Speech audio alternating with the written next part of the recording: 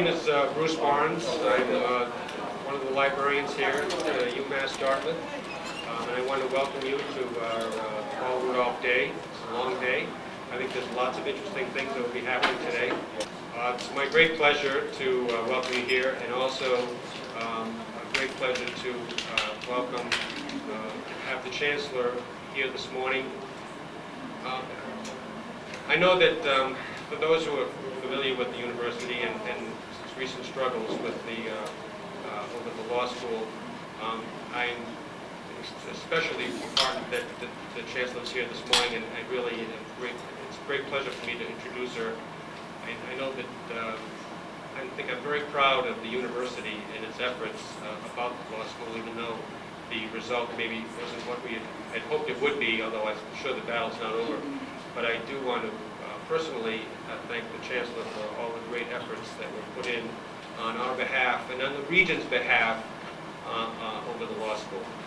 So it's with great pleasure that I welcome the Chancellor and thank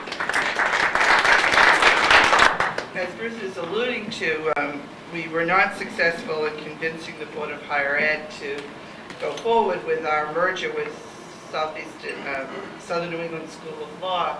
But one of the things I've been saying to people, you may not know that the medical school 40 years ago came only after the third vote. It was defeated twice, and it won on the third vote 7-6. And many of the same arguments, wrong place, wrong time. It is in fact why the medical school ended up in Worcester, because it wasn't really something like that in Worcester in the past, and it was limited to only Massachusetts residents and only 400 students, and that was the work of the private institutions in Boston who really felt that having a public school as a competition wouldn't be good. So some of the same arguments were there, but that's why I'm wearing pink today. If you saw my picture in the Standard Times, I was looking a little beaten up, but that's the nature of what a chancellor should do. It's terrific to be here today and for us to reflect a bit on our sense of place and on the person who is talked about as if he is about to walk through the room here at the campus. I mean, very often when we're thinking about making a change in the building, I hear from people, oh, Paul Rudolph wouldn't like that, or Paul Rudolph would like that. He is an architect who, creating this great physical structure, also has had a great psychological impact on the way people think about their space. And as we're celebrating this year 40 years of being out here in Dartmouth, a much longer history for UMass Dartmouth, goes back to 1895 when the two textile institutions joined, and then when eventually it came here and became Southeastern Massachusetts, first SMTI in Southeastern Massachusetts. It was a tremendous change for Dartmouth. It was this architectural monument in the middle of a very small rural town that I think has been part of its symbolism and part of its educational mission. People recognize it as a place. They call it coming out to Dartmouth from the cities. And it's an interesting thing in our history because it's only recently that we started to have facilities back in New Bedford and back in Fall River, which I call sort of going home to the communities we came from. And we thought, given the 40th anniversary of the groundbreaking, it was a great time to think about what are the groundbreaking things that have happened at UMass Dartmouth and what are the innovative, groundbreaking things that have to happen in the future. And so I'm really grateful to the library for choosing to focus on Paul Rudolph for today and to reflect on how architecture shapes our sense of place. Very early in my career as an educator, I had the opportunity with a group of 15 of my colleagues to work with Chris Alexander on the building of a school in Flint, Michigan. And we went there and we lived there together for 6 weeks, talking about what we envisioned would happen in the school, and then having his architectural team design the building around those patterns of activity. that we would be wanting to happen in the school. And it's always given me this sense. It's something I always do when people come in and say, we want to change this, we'll just take down this big concrete structure over here. And I have to say, no, I don't think so, because that's a supporting wall. But when people start telling me how they should rearrange their space, I've been influenced by saying to them, tell me what you want to do in the space, and I'll get somebody like an architect or a designer to design the space. Because we tend to want something to be very functional, and we don't think about how that changes the nature of the form and space.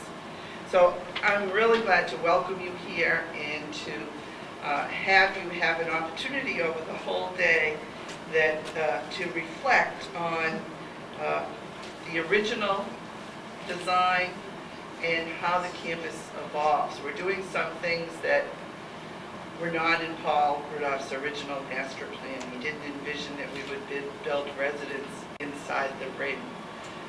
He also didn't envision maybe that we would create wetlands that made us impossible to build in some of the places that he had hoped we could build in. But architecture in place is a living, evolving thing. So we want to make sure that the choices that we make are mindful of our sense of history and our sense of original intent. Now, I think we're going to start this morning with our first speaker, Dr. Tim Rohan from the University of Massachusetts Amherst.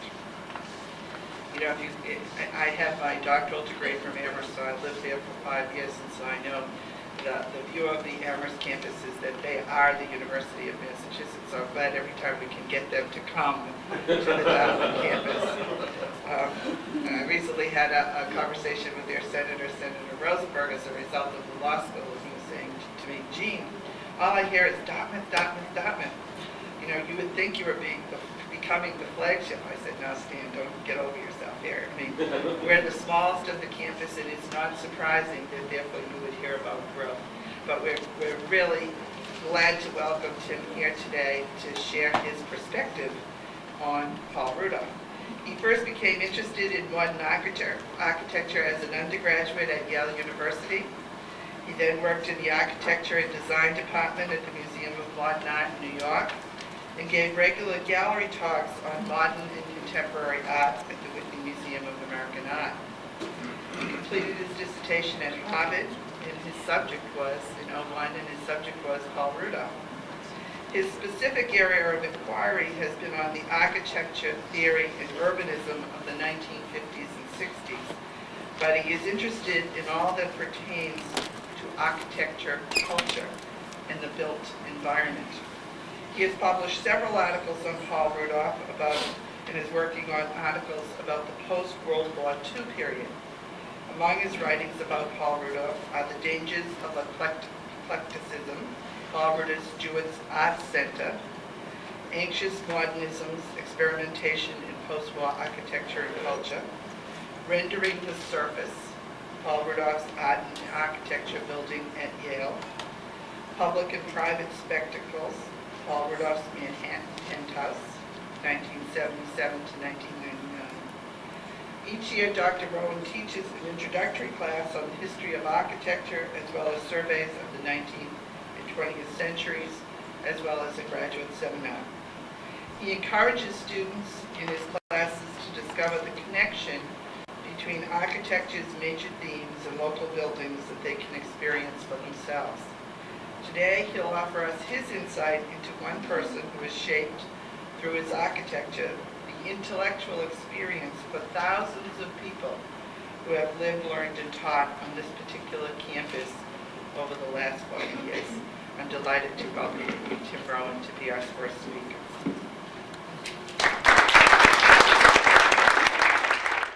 It's a great honor to be here because it's very rare that a historian gets to give a talk in spaces conceived by their subject. So I'd like to thank you for that. And the great disadvantage of Amherst, of course, is that there are no buildings by Paul Rudolph, which you have in abundance. The title of my talk today is Enriching Modernism, Paul Rudolph and Post-War Architecture. Paul Rudolph is known to all of you here today as the master planner of the UMass Dartmouth campus. course, himself. However, in the 50s and 60s, Rudolph was famous as one of the leading architects of the day, who was regularly considered for the same commissions as his contemporaries Louis Kahn, Edward Durrell Stone, here's Paul Rudolph, and Jose Luis Sert, the dean of the Harvard Graduate School of Design. So he was in their league. He was internationally known for a series of daring structures that seemed to push the very boundaries of modern architecture, as well as for being a prominent educator who had transformed the Yale Architecture School into the leading program of the early 60s and designed its new headquarters, the Art and Architecture Building of 1964, in itself a controversial and bravura exercise in poured concrete. Indeed, during these years, it was impossible to open the pages of any of the leading architectural journals of the day without seeing one of his buildings or hearing his opinions about the current state of architecture. In a 50-year-long career, Rudolph built over 300 buildings in the United States and Asia, and an almost equal number of unbuilt ones he designed. During this time, Rudolph's reputation experienced many ups and downs. In the mid-50s, he was seen as one of the leaders of a rising generation of young architects dedicated to modernism, but critical of the ways in which it had become institutionalized by the international style. By the end of the 60s, however, the tables had turned, and a younger generation of architects saw him as representative of all that had become entrenched or established in modernism. For a scholar like myself, Rudolph is one of the most compelling architects of this period, both for the high quality of his work and the ways in which his career reflects or parallels the trajectory of modernism in post-World War II America. This was his lifelong attempt to enrich, in quotes, the word enrich, a modern architecture that he believed had become, quote, a timid, monotonous thing in the 1950s. And he was going to do this through continuous experiments with new technology, materials, and space. The architectural complexity found on this campus is the result of these experiments. I hope to show Rudolph as a creative shaper of complex spaces that responded at different levels to the individual and the community, the site itself, new technology and materials, and the contemporary concerns of modern architecture. To understand Rudolph's motivations, I will place him in his works in the context of the architectural and social discourse that produced him. Though best known for his work in concrete, Rudolph was initially recognized for a series of elegant, lightweight, structurally expressive wooden beach houses in Florida, Sarasota, Florida, built in the late 1940s and 50s. Rudolph was especially at home with the warm weather climate of the South because he was a native Southerner who had been raised the son of a Methodist minister in rural Alabama during the Great Depression. A visit to Frank Lloyd Wright's Rosenbaum House, a Usonian house in Florence, Alabama, which you see right here, from the late 30s, during Rudolph's teenage year, made him a lifelong devotee of Wright in ways that would greatly influence his architecture. Rudolph attended Auburn University, where he received a traditional Beaux-Arts education, that is in classical architecture, and was introduced to the study of the vernacular architecture of the South as well. His precocity was immediately recognized. In 1941, Rudolph was admitted to Harvard's Graduate School of Design to study architecture with Walter Gropius, who had fled Nazi Germany in the 30s and become the head of the architecture school at Harvard, as I said. Before doing so, however, Rudolph journeyed south to Florida to see Wright's campus for Florida Southern College. I'll be talking more about that later today. And to earn some extra money working with an architect named Ralph Twitchell in Sarasota, who was building modernist beach houses. At Harvard in the fall of 1941, Rudolph learned about concepts that would influence his thinking about architecture for a lifetime, and made influential friends as well. Chief among these ideas was the notion that modern architecture was a socially committed, experimental discipline that continuously developed new forms, technologies, and materials in order to push the discipline forward. Modernity and progress were believed to be identical. And I think it's hard for us to remember today the optimism which surrounded modern architecture in those years. Gropius was an advocate of teamwork, who taught that the modern architect was more like a scientist than an artist, and that he should work cooperatively with others as a member of a team. It was believed that if functional requirements and practical requirements were considered first, then aesthetic expression would naturally follow.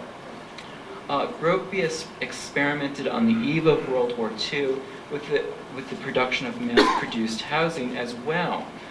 Rudolph visited Gropius's famous house in Lincoln, Massachusetts, outside of Boston, which, though inflected through the use of regional materials, was still representative of European modernism. And it presented a distinct contrast to Wright's Rosenbaum house. So these two slides, I think they're showing actually the poles between which Rudolph is operating. A sort of indigenous American regionalism, very wooden and earth-toned, and the assimilated European modernism of Gropius. So these are the two great figures in his early career between which he is operating. At Harvard, Rudolph became friends with classmates who would shape the course of modern architecture in America over the next few decades and become his friends, such as Philip Johnson, I.M. Pei, Edward Larrabee Barnes, and others. Rudolph's education was immediately interrupted by the advent of World War II. He left Harvard to work in the Brooklyn Navy Yards as an officer supervising ship construction. Work in the Navy Yards provided Rudolph with knowledge of new technology that was only hypothetical or only understood hypothetically in the academic environment of Harvard. Rudolph saw the mass production of ships at first hand and was exposed to new materials like plastics and plywood that gave him the means to create an experimental, technologically progressive architecture after the war ended. Rudolph, in fact, spent remarkably little time at Harvard. He spent a semester there before the war, on the eve of the war, and he graduated in only one semester after the war. And he got some advanced standing, but due to circumstances in those days, pressing concerns, it was a little easier, I think, to get a Harvard degree. After the war ended, he returned to Cambridge for only one semester in 1946. He was, however, recognized as one of the most talented students of Gropius's students, and received a prestigious traveling fellowship to go to Europe in 1948, where he experienced traditional architecture, traditional European architecture for the first time, as well as modern architecture. So he saw the two side by side. But above all else, he was eager to build. In fact, as soon as the war ended, Rudolph returned to Florida to enter into a partnership with Ralph Twitchell, the architect with whom he had briefly worked before attending Harvard. Rudolph had become captivated by the tropical landscape and beaches of Sarasota, as well as the opportunities offered by the burgeoning vacation home market of the late 40s and early 50s. Between 1946 and 1951, Rudolph and Twitchell designed a series of vacation houses that were widely published and praised. They were considered the Florida equivalent of California's famed case study houses. In these projects, Rudolph experimented with an architecture that was technologically progressive, yet reflected local conditions as well. And Rudolph reworked this project for a Florida context. This type of project was known to students as a Harvard box, because it was a rectangular box, and everybody in the school turned them out, and you could produce them for any place. Without much regards for where they were going. Rudolph takes the Harvard box and he fits it into the climate and the site and the locale of Sarasota. It is at the edge of this bayou, which you see right here, and he digs a canal beneath the building. He lets it hover out above the water so that it has actual contact with it, and it is orientated outwards towards views of the Gulf of Mexico. So, and this walkway leads out. This is actually a guest house, and you would drive in here with your car. Your guests would stay there, and then you would proceed out on this walkway, which becomes like a sort of pier out over the bayou to what would have been a main house out there. So it's very closely calibrated to the site, unlike the work of his fellow students. And this house was never built, but it became the prototype of the many houses that Rudolph and Twitchell would build over the next years. And they really became expressive meditations on the climate and the locale that used local materials to give modernism a regional inflection. And what was especially a theme in their work was the use of local materials.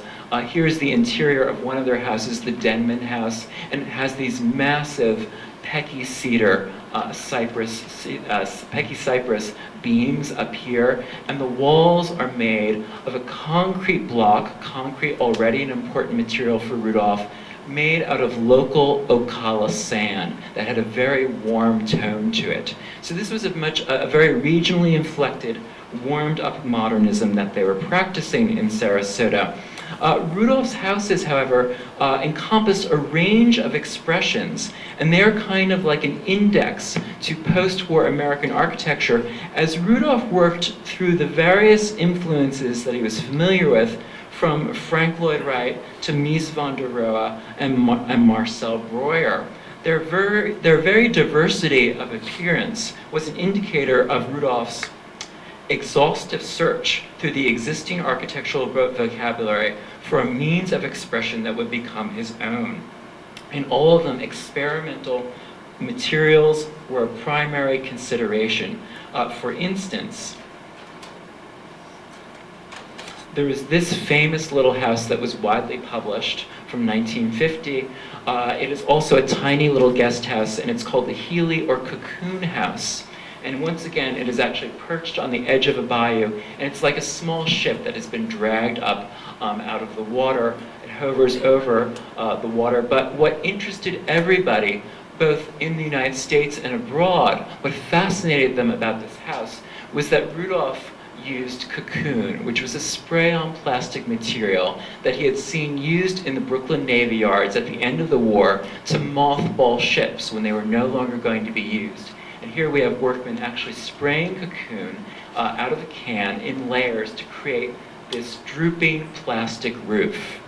And everybody in 1950 thought this was the way that architecture was going to go. Technologically expressive and daring and experimental, using new materials. Despite the success that Rudolph and Twitchell found with their early houses, Rudolph was dissatisfied.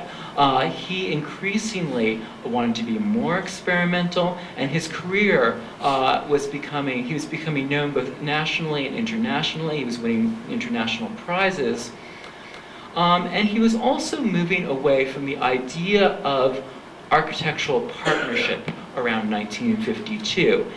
He had been taught by Walter Gropius that collaboration or teamwork was a great thing. But by this time, Rudolph began to feel that this was not such a great thing. This took place both on the personal level, and that perhaps he was not getting as along as well with his partner as he used to, but it also reflected intellectual concerns.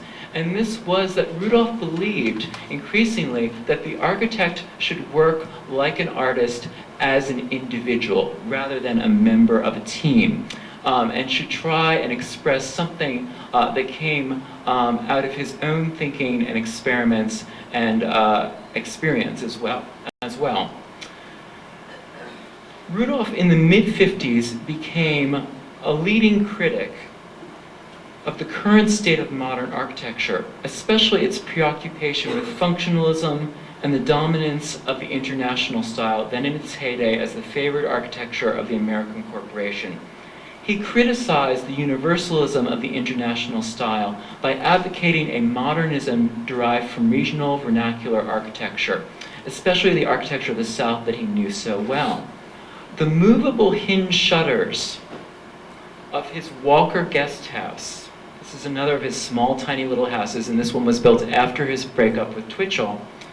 The hinge shutters of his Walker Guest House of 1954 were derived from traditional Caribbean hurricane shutters.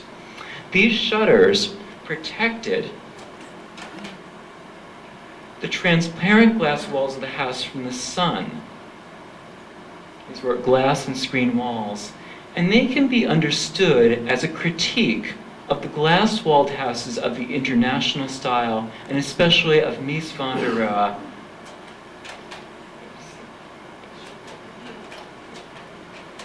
and his friend Philip Johnson. And so the architecture becomes a form of critique of other prevailing methods. In a phrase that was often repeated during this period, Rudolph said, "We need caves as well as goldfish bowls." In a series of talks and published articles, he criticized the increasing universalism and uniformity of modern architecture, which others at this time, such as the critic Lewis Mumford, saw as a sign of increasing cultural conformity in the 1950s. In a talk before the annual meeting of the American Institute of Architects in 1954, Rudolph delivered an impassioned speech about the current state of modern architecture. He decried its preoccupation with the functional, which he said had reduced its range of expression from A to B. He called for a highly expressive architecture that would no longer simply be a neutral background frame, as in the glass curtain-walled structures like Skidmore, Owings, and Merrill's Lever House of 1951-1952, which were proliferating in American cities and abroad. And I especially like this cartoon by Saul Steinberg from this period of a great skyscraper in the middle of the city with a great monotonous facade. And Peter Blake, the critic Peter Blake at this time, said this type of facade was graph paper architecture. These are all the things that Rudolph will come out against. He wants to develop a spatially rich architecture that would move or influence the emotions and psychology of the individual. He said at this time, quote, "We need sequences of space which arouse one's curiosity, give a sense of anticipation, which beckon and impel us to rush forward to find that releasing space which dominates, which climaxes and acts as a magnet and gives direction." In another talk of this period, he added, quote, "Monumentality, symbolism and decoration and so on, age-old human needs, are among the architectural challenges that modern theory has brushed aside." Now, the opportunity to try out these ideas came for Rudolph in Massachusetts, fittingly enough. And he received his first large-scale project that would break him out of domestic architecture and into large-scale public buildings in 1956 at Wellesley College, where he got the opportunity to build the Jewett Arts Center. This Jewett Arts Center is right down here in this slide. Here's Rudolph's building. And the idea was that this building would complete an existing collegiate Gothic quadrangle from the 1920s and 30s. It really wasn't that old, these stone buildings, that were here at the center of the Wellesley campus, and that were dominated by a Gothic tower. This was the center of the campus, the administrative headquarters. This side of the quadrangle had never been finished. Rudolph's building would complete it with offices for the art history department and studio art facilities. There would be a museum, which was right there, an art museum, and there would be an auditorium and theater for music and drama in this wing right here. And Rudolph's new building would be different from the status quo in modern architecture, because rather than rejecting his surroundings, rejecting traditional architecture, Rudolph sought to create a building that was abstract and modern, yet had a relationship to the existing architecture. He never used the word context, that's a word we use, but he was beginning to think about the relationships between new and existing buildings. That's what he said.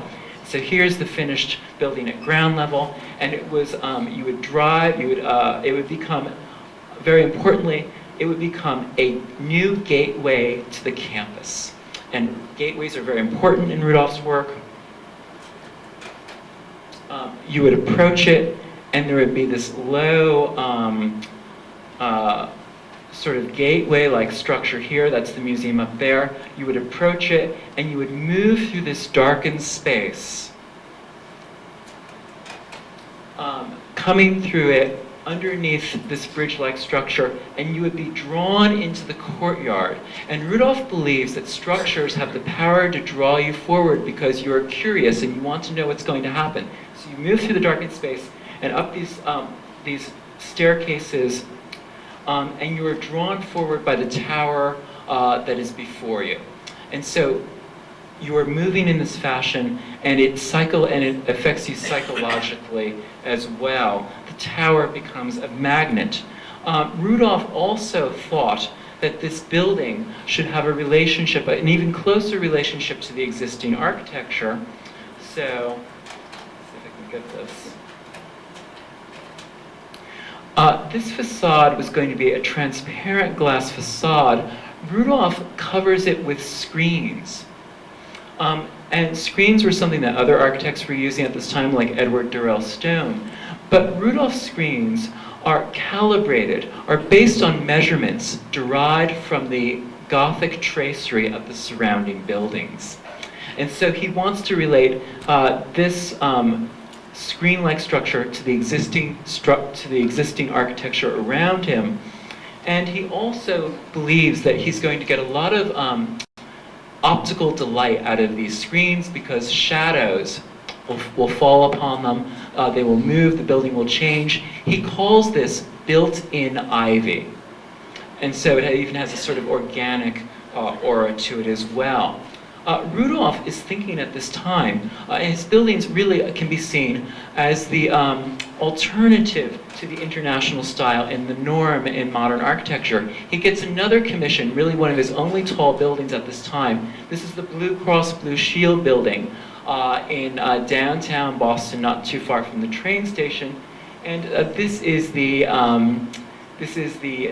opposition to the glass-walled, curtain-walled building, I would say, with this very varied and textured and structured sort of facade going on here. Far more significantly, however, Rudolph in 1958 received a new job opportunity that was to become the chairman of the architecture department at Yale and to build its new building.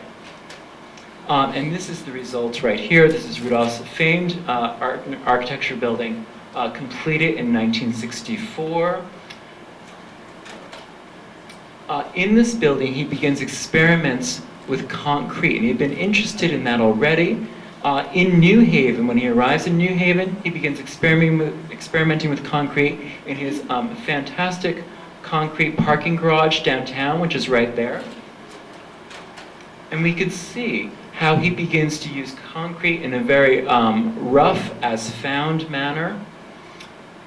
And this, of course, is influenced by Le Corbusier's work in the 40s and early 50s, the Swiss architect. Rudolph, however, for the art and architecture building, will experiment in ways that will greatly influence modern architecture in the 50s and 60s. He takes concrete, he pours it in wooden forms in ridges, and here we see them pouring the forms in ridges, and the wooden forms are taken away, and then workmen bash the surface with a bush hammer to get a variegated surface, and the aggregate is mixed with micas and reflective stones and even seashells. So it is not a dull concrete, it is an incredibly rich and varied surface is what he creates. And here's the finished product. And this surface was used both outside of the building and inside of the building. It was everywhere you went in the art and architecture building. And here is Rudolph himself in the interior of the building in the multi-level space, drafting space. And this building is enormously complex, 36 different levels. It is best understood through the section drawing, which was Rudolph's favorite. And it descends underground and above ground. This is this space here, the great drafting room. And below it, right here, is the library. And what you'll notice is that contrasting with the omnipresent textured concrete walls is this bright red-orange carpeting, which was to punctuate the space, to make it even more dramatic and to provide a contrast. Here is the penthouse at the very top of the building. This penthouse was for visiting guests. And what Rudolph did was, he put the Yale School on the international map. It became a stopping place for architects from all over the world, and he invited them there to speak and to give lectures. Some of the people he introduced are Peter and Alison Smithson, James Sterling. He was very strong on the Anglo-American connection, and he intellectually links America to the British scene at this time. So guests would come, and then they would stay in the glamorous penthouse overnight. And throughout the building, he puts on the walls, as a contrast to the textured concrete, he puts plaster casts from Yale's old collection of plaster casts, which had been taken away when modernism came in, and he restores them and uses them as an adornment in the building very deliberately. This building, of course,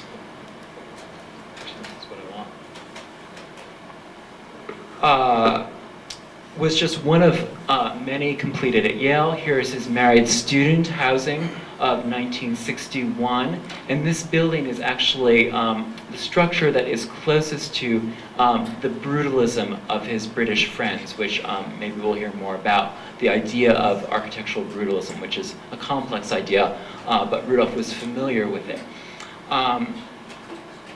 The Yale Art and Architecture building was completed with much fanfare in 1965, but by that time, Rudolph was all ready to embark on his own private practice in New York, and he had many opportunities coming out of Yale to build not just single buildings, but entire campuses. And one of these returned him to his home state of Alabama, and I think this is one of his most impressive projects. It's the Tuskegee Chapel for the Tuskegee Institute of the 1960s, begun in the late 50s, completed in the late 60s. And it is this structure here with this enormous projecting roof. And then you move inside, and it is all brick, and there are colored panels, colored slots in the roof, and the interior is vibrant and colorful, and it amplifies the sound of the famous Tuskegee Choir. And Rudolph, as the son of a Methodist preacher, of course, was familiar with the ways of Southern church architecture as well. Other projects at this time continued experiments in concrete, though they encompassed a diverse range of expressions. Here is Rudolph's Orange County Civic Center, and he breaks the structure down into many small boxes because he thinks this is going to relate to the small scale of colonial houses nearby. The inhabitants don't quite understand it, but he thinks that. Here is his Colgate Center at Colgate College. This is another art center, and once again, this is a gateway to the campus. It's the structure like a giant porte cochere which you proceed to enter the traditional campus. And the gateway, here's another gateway, always very important to him. And of course, the campus for the Southeastern Massachusetts Technological Institute, now known as University of Massachusetts Dartmouth. Here we see it in the 60s. Also the Boston Government Services Building, which we see right there, part of the rebuilding of downtown Boston, never completed, but a very bravura building, certainly.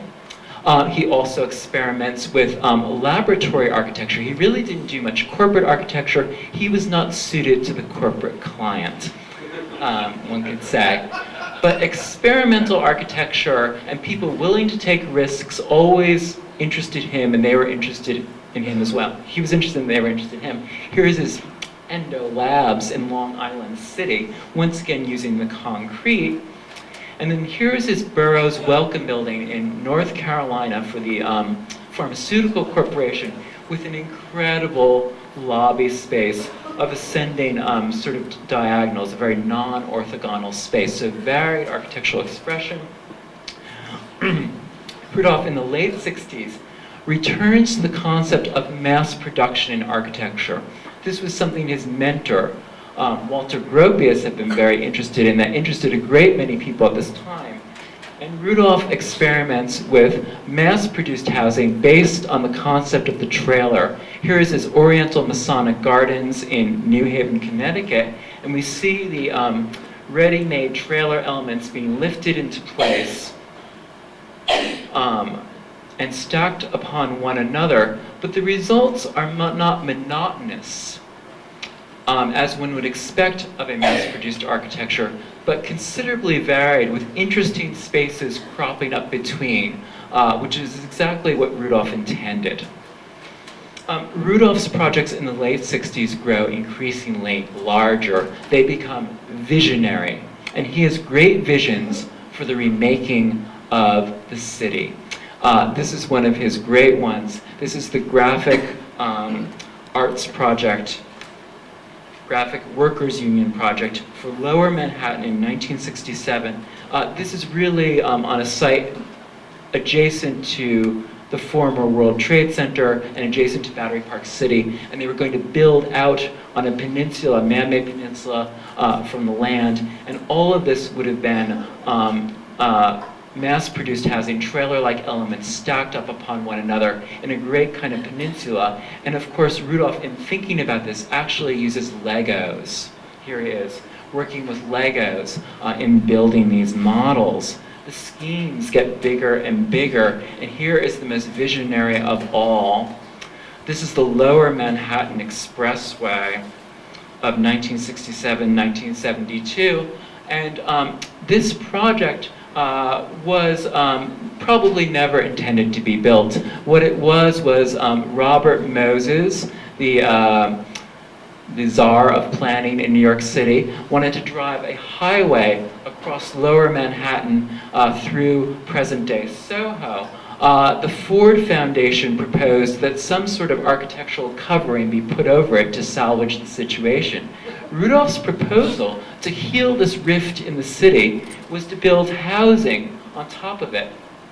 Housing and tall buildings, and these, his drawings are always incredible. Here's the highway beneath, and housing is built on top of it, and the housing is both high-rise and low-rise. You can see it stretching from the bridges across Lower Manhattan, and is really like a geological feature or a man-made mountain range across Lower Manhattan. Rudolph's visions got bigger and bigger, but he experienced a number of setbacks in the late 60s and early 70s. The climate of architecture began to change dramatically in just a few years, and it would be difficult for Rudolph to adapt. A number of things happened. The conditions of his art and architecture school, his most famous building, began to change under a new dean, Charles Moore, and an article was published in Architectural Record at this time, Architectural Forum, highlighting the changes that had taken place in just a few years. Here was Rudolph's immaculate drafting room, all beautifully color coordinated with this antique statue of Minerva. Here is just a few years later, and students have built out their own little work areas in very complicated ways that were compared at the time to a shanty town, actually. And this was done partly for lack of maintenance and partly to express their own individuality. And Rudolph began, from having been a member of the avant-garde and somebody to model oneself upon, he rapidly became seen as a member of the establishment by 1968, 68, 69. Here's the graffiti on the walls of the A&A building. You people who write and draw on these sacred walls ought to be ashamed of yourselves. What would Paul Rudolph think? Can Paul Rudolph think? And Rudolph is spelled with an F, not a PH. These were very, a deliberately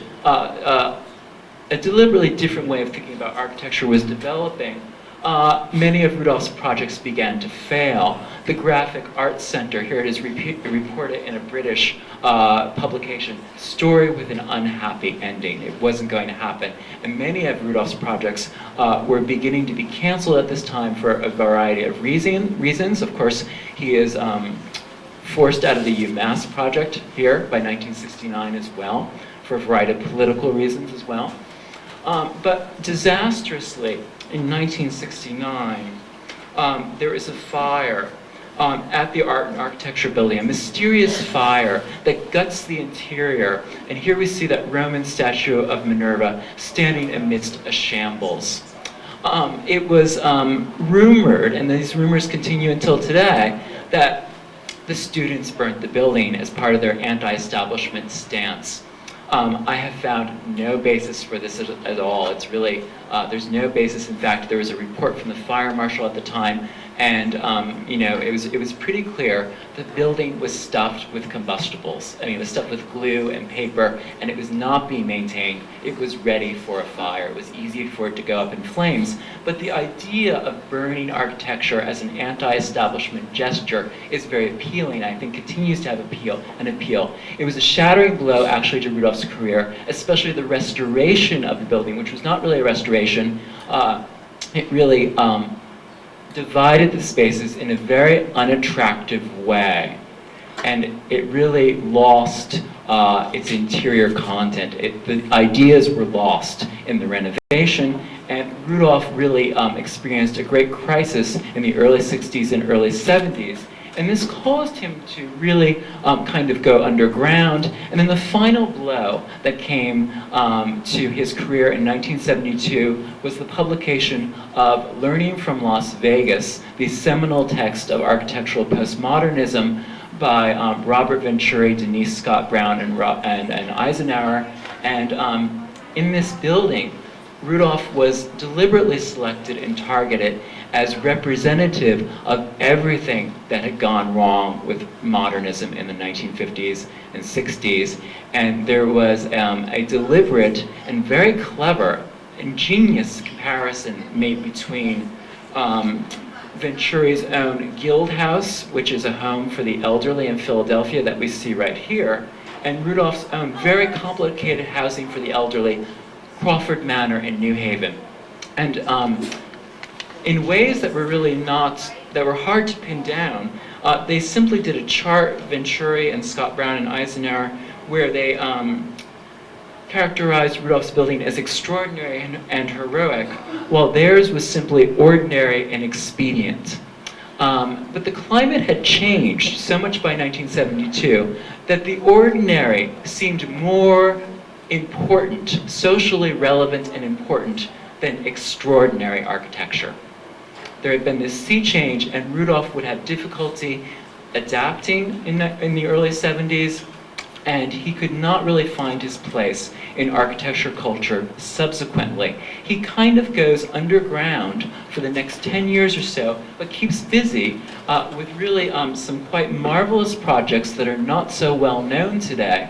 And one of these, of course, was the Bass House in Fort Worth, Texas, for the extraordinarily rich Bass family.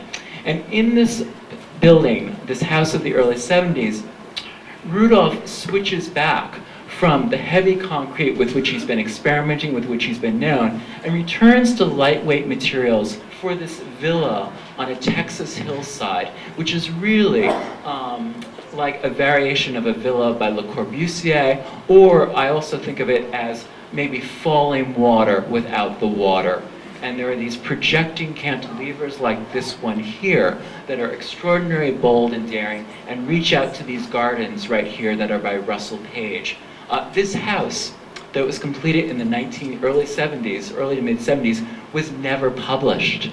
The Bass family had security worries, and they did not want the house published. It was not published until, I think, the mid-90s, so it was kind of this mystery house that nobody knew that Rudolph had done this marvelous thing. He used the money from this project to work on his own house in Manhattan and a lot of apartment interiors in Manhattan. And here's his own marvelous penthouse on Beekman Place overlooking the East River in Manhattan. And what he did was he clamped, it was like a giant clamp, he clamped a modernist penthouse on top of an existing brownstone. And this was a multi-level space best understood through the section once again. It is so complicated. And the interiors of this building, the interiors of this building were constantly tinkered with and reworked during the 1970s, 1980s, up until his death. It was an experimental space, always the experimentation going on. And the spaces recalled his previous projects in an encyclopedic fashion, almost like a summary of all that he had done before. So I think of this space as recalling the multi-level drafting space of the art and architecture building. But here it is reflective and gleaming and lightweight, kind of reflecting the clouds and the river around it. So it's really a kind of a lovely gesture. In the early 80s, and I'll be finishing up very soon because we're getting to the end of Rudolph's career, in the early 80s, Rudolph really gets a kind of second wind and a second chance because he begins to work in Southeast Asia. And Rudolph arrives in Southeast Asia maybe a little bit before many of his contemporaries, who will find a fertile ground for modern architecture in the boom cities of Hong Kong, Singapore, and Jakarta. Here is Rudolph's Concourse building in Singapore of 1981. And once again, we can think of these towers as the alternative to the rectilinear boxes of the international style. There's nothing rectilinear about these buildings. There are barely any curtain walls. They're once again highly experimental. They pick up many of his old themes as well. And all of this is about his main agenda, which is to enrich modernism, to increase the diversity of modernism through new expression, continuous new expression. Here is his Dharma Corporation headquarters in Jakarta. And this has, it's made out of concrete, but it has these kind of truss-like forms that are based on traditional architecture found around Jakarta. And so what Rudolph is also doing in these last years, in the 1980s, is that in a curious way, his career begins to come full circle. Here's another one of these buildings, which I really like, the Colonnade condominiums. And as you see, these are all these exterior kind of boxes. They look like they're mass-produced, but they're actually not. And it recalls those mass-produced units of the visionary buildings for downtown Manhattan. He builds in Hong Kong. Here's his Bond Center in Hong Kong, now known as the Lipo Center, a rare experiment with the glass curtain wall at the request of the client. But in Hong Kong, Rudolph, I think, comes to some sort of resolution perhaps in his career, because as I said, he's come full circle. He is working once again in a warm weather climate like Sarasota, Florida, which is what he understands the best. He begins to explore regional expression once again, and he continues to embroider and develop themes in modern architecture to provide alternatives to modernist orthodoxies. And finally, there is a kind of reunion in Hong Kong, which I want to end on as my final note. In the late 80s and early 90s before the recession, and there's a kind of reunion of Rudolph with his students, and he trained many important students at the Yale School of Architecture, and they continue to provide a kind of, they have Rudolph in their DNA, and these people have become the leading architects of the moment. Here is Norman Foster's Hong Kong Bank. And they are almost side by side, and Richard Rogers is there, and old friends like I.M. Pei were there as well. And so all of them kind of gather there in Hong Kong for a final expression of a technologically expressive modernism. And so that's really where I want to end my introductory talk today about Rudolph's career. On this final note where I think maybe he found some sort of resolution. So thank you.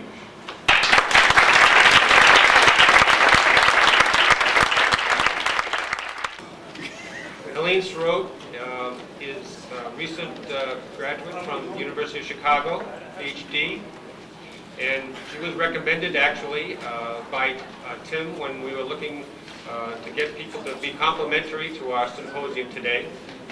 And she sent us an abstract on brutalism, which was only a few lines long, and I thought I was so impressed by the clarity of that abstract that I said, this is somebody we must have come to speak to us, because she clearly understands what this architecture is about in a positive way.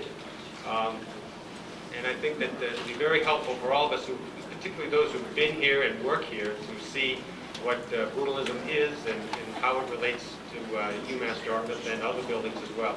So it's my great pleasure, and please welcome Helene Sroat.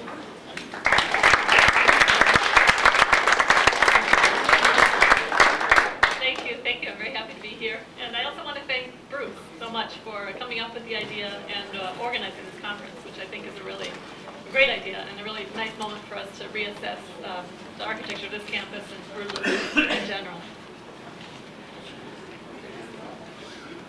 My talk hopes to situate this campus in its initial architectural and historical context by looking more broadly at the architectural style of brutalism in the United States.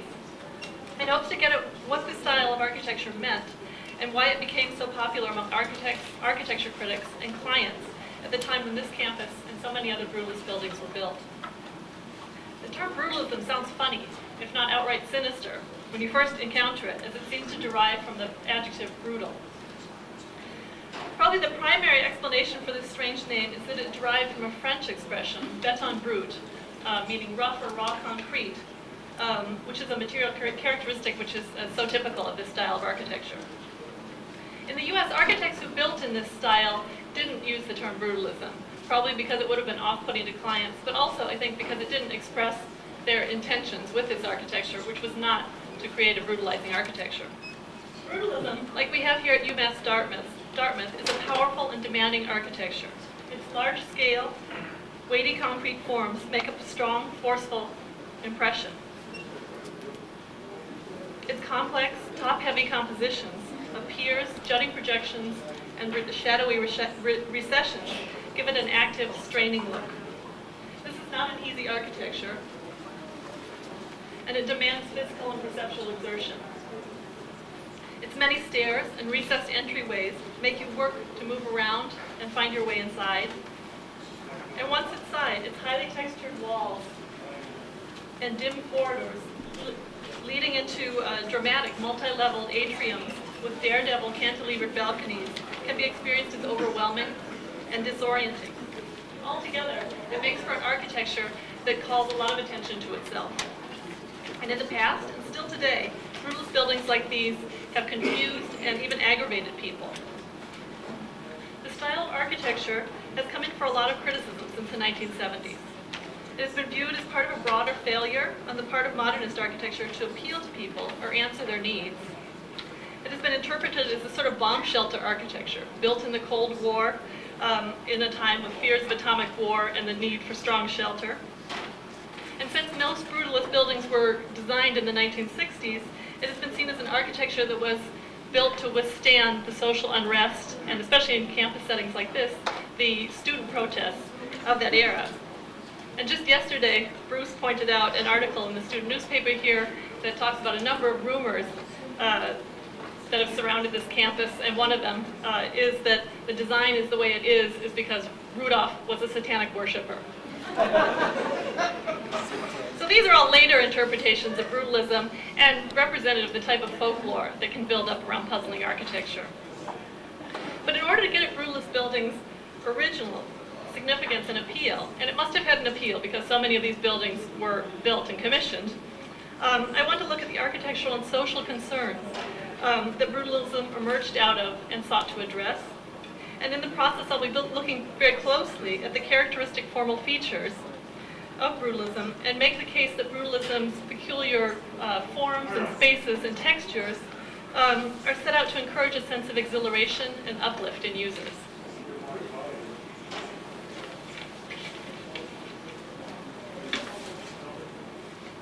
I see brutalism Symbolism is having emerged out of two crises in the 1950s, one architectural and one human. After World War II, international style modern architecture triumphed over historicist styles to become one of the most widely employed building styles in the U.S. And here I have two very famous examples of this style from the early 1950s, the Lever House, a corporate skyscraper in New York by SOM, and on the right, two apartment towers, the Lakeshore Drive apartments by Mies van der Rohe. For proponents, the international style modernism appeared to more truly represent the modern era than previously favored architectural styles like the neoclassical or the neo-Gothic. It featured clean lines and a bold expression of structure. Its modular glass and steel wall construction could be mass-produced and erected with relative ease. Its greater height opened up possibilities for more space at ground level for plazas, parks, and recreation areas. And inside its few interior supports and extensive walls of glass allowed for open, flexible, sunlit interiors. Two American campuses made extensive use of international style modernism, and this is the Illinois Institute of Technology in Chicago, designed by Mies.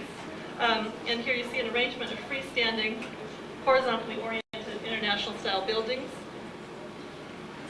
And here's a photograph, close-up of what this campus looked like. And another one, the Air Force Academy, which built a dramatic new campus for itself in Colorado, set up on a platform with the Rocky Mountains serving as a backdrop. And here's a close-up of that campus as well.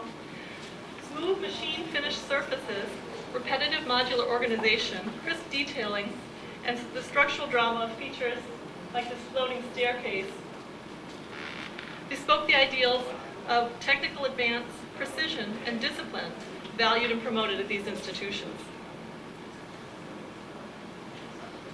International style modernism seemed to its early proponents to be an excitingly new and appropriate expression of the modern era. However, in the 1950s, its rectilinear, unornamented glass and steel aesthetic quickly became routine and began to be perceived as problematic.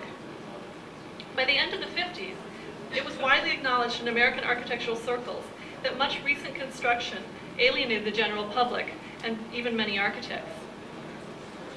I have here 2 pages drawn from, a collage actually, of 2 pages drawn from American architectural magazines in 1959. I can kind of get a sense for this. The one is the title page of an article titled "The Monotonous Curtain Wall," in which the curtain wall is criticized as ubiquitous, boring, unappealing, and lacking in color, detail, and texture. And below was a drawing of a housing complex with a caption underneath that, "Is this our paradise?" And this image actually opens out to the widespread critiques of this architecture then being advanced by Rudolph and many other commentators, that these buildings consisted solely of rectangular boxes, their roofs were always flat, their floor and ceiling levels were uniform, and their lighting hardly varied. Ornament and symbolism were rare, and conceived as freestanding structures, international style structures, did not relate to existing buildings or shape attractive public spaces around them. Thus, they were deplored as impoverished, uncreative, cold, simple buildings that did not offer or require much of their users. Many calls went out for a more human modern architecture. Rudolph complained, "We need much more humanization in our work," while an editorial in the magazine Architectural Forum explained, "Now we cry for human architecture. It is clear to all thoughtful men that architecture to be great must go beyond the limited, though basic virtues of efficiency and common sense economy. On all sides, we hear the demand that our architecture be more human." At the same time, modern architecture was coming under fire for being inadequate and even inhuman. Post-war Americans were likewise being criticized and seen to be in crisis. The writings of American intellectuals during the 50s voiced increasing dissatisfaction with the quality of life and behavior of Americans. It was observed that work for the majority of Americans consisted of jobs where workers performed a specialized function that required little intellect or creativity. This was bad enough. Even worse, outside of work, where with ever more time and money on their hands, they had the means to develop their higher capacities, middle-class American life was criticized as largely taken up with mindless consumption and entertainment. Best-selling books like William White's The Organization Man of 1956 argued that conformity was a rapidly growing sociological trend. White worried that in this new age of the organization man, or corporate employee, Americans were becoming over-dependent on the opinion and direction of their peers out in the suburbs, the bureaucratic organizations they worked for, and the manipulative mass media. Numerous intellectuals and journalists agreed and claimed that Americans were failing to exercise their full, critical, emotional, and perceptual potential. This was the reason, they argued, for the vague but persistent feelings of anxiety and discontent they claimed had become strangely widespread in this affluent society. Contemporary Americans, it was lamented, were not living up to their humanist potential. Humanism, an ethos centered on the special dignity and abilities of human beings, emerged in Europe in the Renaissance and has existed in various permutations since. In the post-war decades of the U.S., humanism became an influential ideology which promoted a model of human beings as cultured, well-rounded individuals who strive to improve their world and themselves, and who ideally exercise the full range of their capacities: physical, intellectual, emotional, perceptual, and spiritual. Architects and architectural critics echoed these humanist concerns and ideals in their own writings.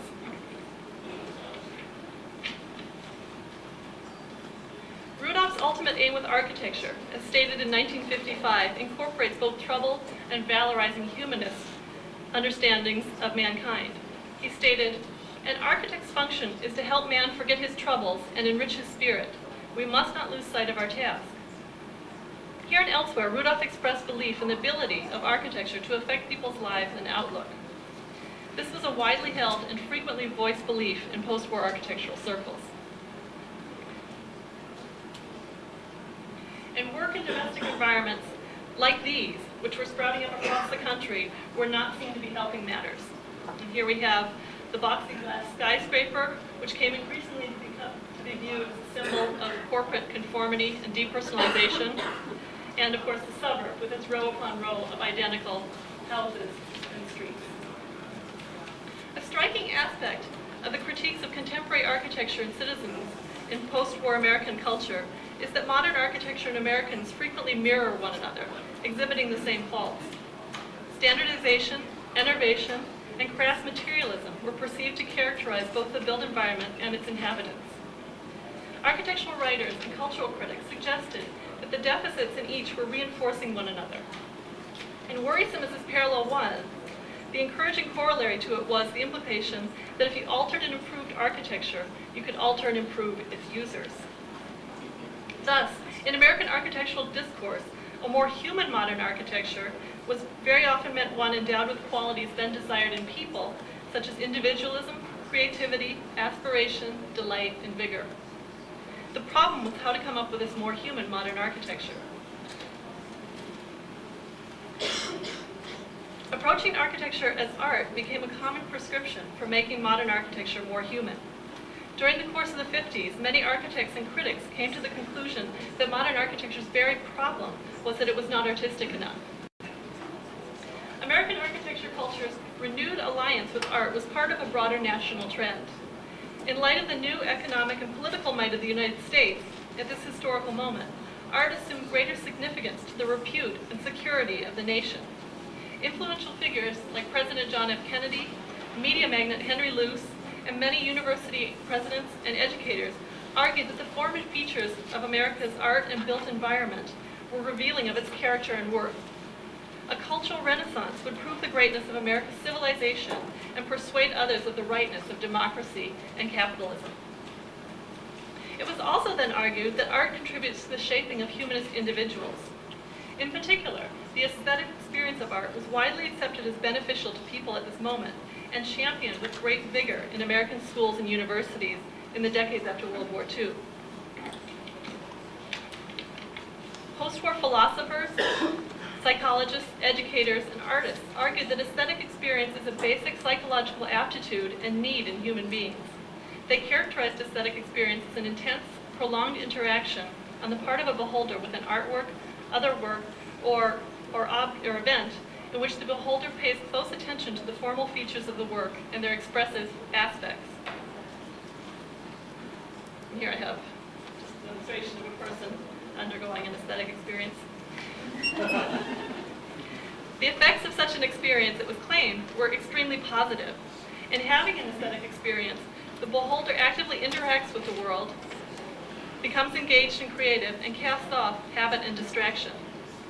Exercising perceptual, imaginative, and emotional faculties that were too often left to atrophy in the modern world, aesthetic experience was seen to induce valuable, pleasurable growth in beholders and expand their understandings of themselves, others, and their world.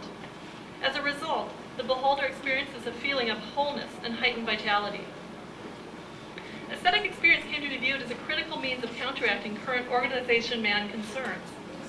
Such assertions were supported by contemporary human science research. Psychological and sociological studies at the time concluded that art experience enlivens individuals and guards against conformity. Aesthetic experience thus became part of the prescribed diet for the formation of well-rounded humanist individuals. To imagine that architecture could produce the powerful and glorious effect being ascribed to aesthetic experience represented a highly gratifying prospect to architects and critics. Buildings would not only become pleasurable experiences, but could also serve as humanist training grounds for their users. Building art architecture that provided users with much opportunity for intense aesthetic experience appeared to show way for contemporary architecture to have a major and very positive social impact. Again, though, the question for architects was how to do this. What would such an experiential modern architecture look like? In American architectural circles in the late 50s and early 60s, there was a great deal of formal experimentation. Architects and critics also began to look with new interest at monumental architecture from the past, which, as they were all too painfully aware, was more appealing than modernist architecture to lay people and to many modernist architects themselves. As Rudolph noted, architects and lay people flocked to cities like Paris, Rome, and Venice in order to wander about and experience this older architecture. At this time, brutalism emerged as a promising new stylistic direction for modern architecture. The Swiss architect Le Corbusier's post-war buildings provided the major initial impetus for American architects' interest in and turn to this more heavier and more monumental aesthetic. And here I'm showing Le Corbusier's Unité apartment building in Marseille, where you can see a much thicker treatment of the walls. Balconies and windows are painted in bright colors and given in irregular patterns. Muscular piers lift the building up off the ground, and a sculptural roof terrace is provided for recreation and views. Here's another one of his brutalist buildings. This one in India. It was part of a series of government buildings that Le Corbusier built for Chandigarh. It was to serve as the new capital for the Punjab region in post-colonial India. And with this rough concrete architecture, exterior and interiors took on an active sculptural quality and displayed a multitude of dramatic spatial and formal and lighting effects. For these structures, Le Corbusier used poured-in-place reinforced concrete. Contrary to usual practice, the concrete was left exposed inside and out so that one could see the imprints of the wooden formwork into which it had been poured. Here we have the French béton brut, or rough concrete surfaces, that led to the term brutalism. And one more of Le Corbusier's Chandigarh buildings, the Assembly Palace. For architects, Le Corbusier's sculptural textured use of concrete turned it into a building material with great artistic potential. A new route for architectural expression and monumentality appeared wonderfully to open up, and architects around the world, including Rudolph, were fascinated. In 1960, Rudolph visited Chandigarh and returned deeply affected. In a text from that year, he wrote, "As time goes on, I'm sure that every man will understand the importance of Chandigarh. People will go there as they now go to the Piazza San Marco in Venice." Many of Rudolph's subsequent designs experimented with this architectural aesthetic. One of the earliest and most influential of these was his Yale Art and Architecture building, which opened in 1963. The Yale Art and Architecture building, or the A&A building for short, was a milestone in the development and acceptance of brutalism in the U.S. With it, Rudolph appeared to believe belief he had found that more human modern architecture that he and so many others had been looking for, and he continued to employ the brutalist aesthetic he developed here in his subsequent work of the 60s, including, of course, his work for this campus. The American Architectural Press gave the A&A building a lavish and celebratory reception. It made the covers of all three of the leading architectural magazines in the same month and was illustrated and discussed in extensive feature articles. It was written up in numerous other magazines, including the New York Times and Time magazine. Monumental, sculptural, and constructed of roughly textured concrete inside and out, Rudolph had clearly been influenced by the work of Le Corbusier, but he had also developed his own version of brutalism and raised great hopes for the future of architecture in this country. Many American architects and clients subsequently followed Rudolph's stylistic lead and designed or commissioned brutalist buildings of their own. Because of its importance, and also because a great deal of photographs of the building in its original state exist, the A&A building provides a revealing site to examine Rudolph's brutalist aesthetic as an environment designed to foster humanist ideals and behavior in users. Located on a corner site, the A&A building has two principal street facades. In each, roughly textured concrete towers of differing heights frame broad stretches of glass.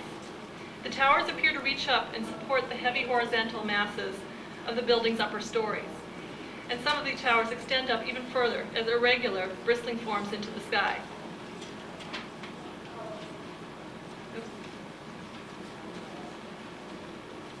Brutalism allowed Rudolph to tackle a number of then vexing architectural quandaries.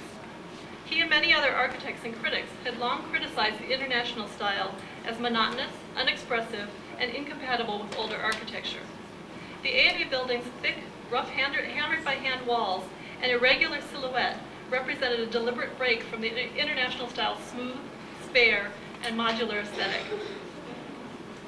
In Rudolph's view, brutalism enabled him to reinvest modernism with a material heft, broken down masses, patterns of light and shadow, and elaborate silhouettes and interior complexity he admired so much in older architecture and believed formed the basis for its widespread appeal. He stressed the way this design carefully related to the varied heights and massing of the buildings around it, and the way it echoes the irregular towered silhouettes of Yale's older buildings, a couple of which are in the background here. Furthermore, brutalism appeared to open up more expressive possibilities for modern architecture. Regretting that too often contemporary buildings had very little to say, Rudolph had long submitted that architecture should entail meaning and express human aspiration and the time in which it was built. The A&A building can be seen to do this in several ways. Exhibiting much design, effort, and expenditure, it materially announces Rudolph and Yale's post-war aesthetic ambitions. The A&A building housed Yale's School of Art and Architecture, whose programs at that moment were attempting to foster the creation and appreciation of the visual arts in this country. The A&A building's monumental exterior elevations and grand interiors proclaim a determination to contribute to the artistic merit and grandeur of Yale's campus, the city of New Haven, and the nation. Rudolph placed several sculptures alongside its primary street facades and displayed many artworks and decorative pieces throughout its interiors, thus promoting the humanist ideal of integrating art into everyday life. Features like the A&A building's roof terraces and generous glass walls, especially when lit up at night, give passersby views of the many creative human endeavors taking place within. This brutalist art center thus bespeaks a society which could afford and which valued high culture. Additionally, the A&A building's unique towered exterior and spatially irregular interiors lent themselves to interpretations of this building as individualistic and as straining against architectural and social conformity. Walter McQuaid, an architectural critic, characterized the A&A building as an emphatic symbol of the individual and the learned arts. Ada Louise Huxtable, writing for the New York Times, described the A&A building with a string of superlatives including willful, bold, brilliant, beautiful, and very possibly great. These adjectives could also describe post-war humanist ideals for people, and there was a sense in critical reviews that the A&A building not only expressed, but could transmit such desirable qualities to those who took the time to appreciate this building. architecture's composite cover, in which Rudolph, the independent visionary, is collaged onto an exterior tower of the ANA building, which surges dynamically up into the blue sky, conveys this point visually.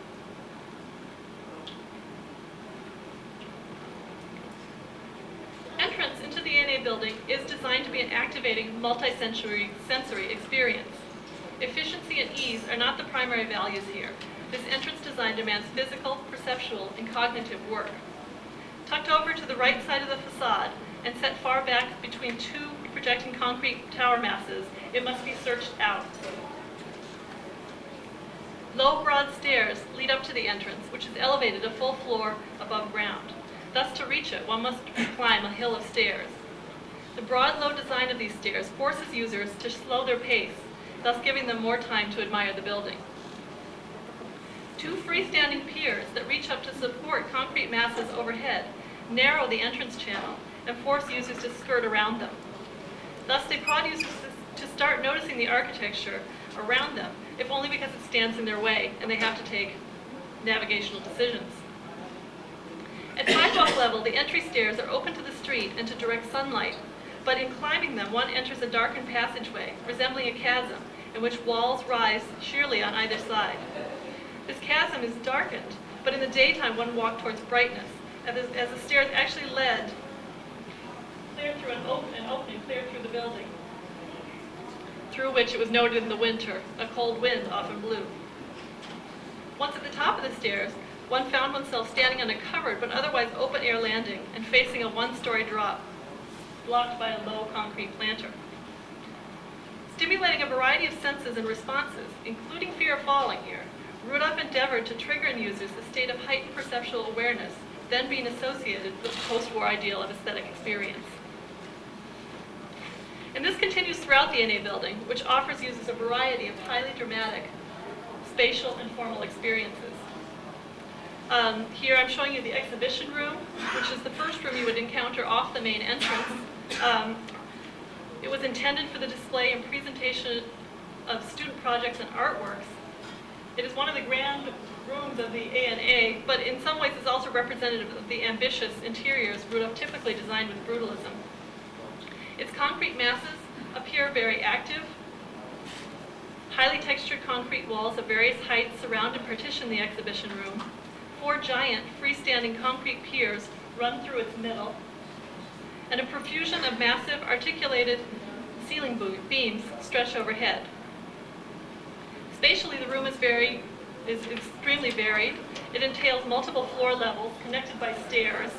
The central portion of the room consists of a well of space that rises 2 stories up to the ceiling above, and thus the entire exhibition room is surrounded on all 4 sides by floating balconies that open onto faculty offices. Located under these are a series of more constrained spaces with lower ceilings. The exhibition room's spatially active design entails activity on the part of users. Moving across it, one is continually ascending and descending stairs, and all the while the ceiling either comes down or soars up above you. And thus one is made highly aware of being elevated or depressed, and of the constricting and releasing effect of different spatial dimensions. With very few windows, lighting is dim, encouraging users to slow down, look more intently, and approach the displays closely. As can be read in their excited commentaries, critics were thrilled with the ANA building. This brutalist design induced in them the uplifting invigoration of the aesthetic encounter, and they presumed all users would feel similarly. A picture of a person or people in the exhibition room intensely looking appeared with great regularity in the magazines. Here, magazine editors and photographers could most literally communicate their interpretation of the ANA building as a place of aesthetic experience. There's another of these views of people looking at either artworks or down into other portions of the building. A photograph of people up on the roof terraces, presumably having intensive aesthetic experiences, also appeared frequently in the pictures of the building. These terraces give bracing views over Yale, the city of New Haven, and the Atlantic Ocean. With their small potted trees and concrete concrete planters serving as guard railings, these terraces turned into a leafy roof garden in warm weather. And up here one has the adventuresome, heroic feeling of having reached the top of a great summit.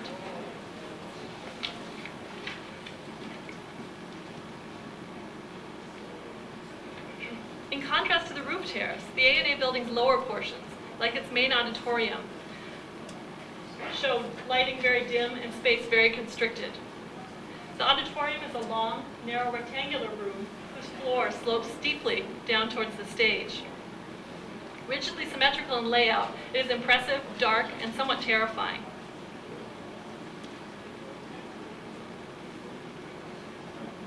And here we have a view back looking towards the projection balcony here. And you can see here some of these plaster sculptures, these taken from the friezes of the Parthenon. So you have struggling warriors here suspended over a darkened void. Rudolph also placed two small balconies cantilevered perilously over the seating below. With the auditorium and features like this balcony, Rudolph introduced a component of danger into users' consciousness. Moving around the A&A building, one frequently finds oneself on a walkway, balcony, staircase, or terrace in close proximity to a drop that raises the frightening possibility of a fall. Also, the jagged texture of its walls threatens injury if you brush too hard against it. Confrontations with these suggestions of peril work to thrill and impel alertness. Another way for Rudolph to activate users and engage their attention was to provide them with a veritable visual feast of unusual vistas, bright orange carpeting, artworks, plants, rough curtains, and dynamic, variously textured concrete forms. He said about the A&A building, the vistas throughout the building are very important, and everywhere, everywhere, everywhere there should be something to see. Thus Rudolph played up the visual and the tactile. As he insists, everywhere, everywhere there was something to see and touch in an attempt to keep users attentive and circulating. In Feeling and Form, her influential 1953 philosophy of art, Suzanne Langer contends there is a specific aesthetic emotion inspired by the perception of all good art, a pervasive feeling of exhilaration. Perhaps the most spectacular of the A&A building's interiors, Rudolph clearly aimed for such a response with the two-story high architectural drafting room. And again here, as we saw with the exhibition room, you see a floor level that's composed of various platforms connected by steps. Up above, two balconies line the sides, and these are connected very dramatically at one end by a suspended concrete bridge. Lighting came in from a variety of sources here. Two large skylights tunneled up through the building's upper stories up to the roof itself, and so allowed in a great deal of light into the central portion of this huge space, while all around, generous glass walls allowed in light throughout the course of the day, and also gave out fairly tremendous views of the city around. And right in the middle of this space, or towards the middle, Rudolph placed a plaster sculpture of the Roman goddess Minerva, the goddess of wisdom, as if to inspire the architecture and city planning students whose desks line or clutter the floors around it. And here's another view of this space. With its multi-level rooms, oddball vistas, an array of plastic and decorative incidents, and labyrinthine layout, the A&A building is an initially confusing and overwhelming building. It takes a number of times walking through it to understand its layout and to be able to find your way around. It was and is frequently experienced as disorienting. But in this, the A&A building represented a critical reaction against the simple plans, flexible openness, and uniform floor and ceiling heights of the international style. Brutalism set forth a modernist spatial alternative whose fixed spatial sequences imply states of anticipation, curiosity, challenge, tension, and culmination. Unable to rely on habit, users are expected to struggle. They must make a concerted effort and eventually can expect to attain mastery over the logic and peculiarities of this layout. Rudolph supposed this process would be experienced as rewarding. Post-war human science research provided much support for Rudolph's assumption about the pleasure of spatial and formal complexity and abundant sensory stimulation. Psychologists were then contending that aesthetic stimulation was an important human need, providing a means for individuals to exercise their perceptual and cognitive capacities and thus maintain a healthy, fulfilling state of growth. Many studies on the effects of sensory deprivation, spurred on initially by the Korean War, were undertaken in the 50s and 60s. Such studies started from the premise that stimulation is good, indeed essential, for the development and maintenance of normal behavior. Stimulation was repeatedly shown to play a major role in the perceptual and cognitive function and motivational processes of human beings. The behavioral psychologist Daniel Berlin's 1960 book, Conflict, Arousal, and Curiosity, argues that aesthetic features such as novelty, surprise, uncertainty, conflict, and complexity prompt inquisitiveness and investigative responses in the observer. And he relates this to what he claims is the sociobiological need of all creatures to exercise their ability to remain alert and perceptive to their environment, a state which increases their chances of survival. Rudolph liberally incorporated such features into the ANA building and his subsequent brutalist designs. And I have here one final picture of the ANA building, populated with students. Rudolph's monumental and complex brutalist aesthetic can thus be seen as an attempt to make users more human or humanist in the post-war intellectual sense of the word. Probably for this reason, Rudolph remarked about the ANA building, "I think of it as being very human. I'm afraid that I would rather see most buildings without people in them, but really this is one building which seems to me to look better with people."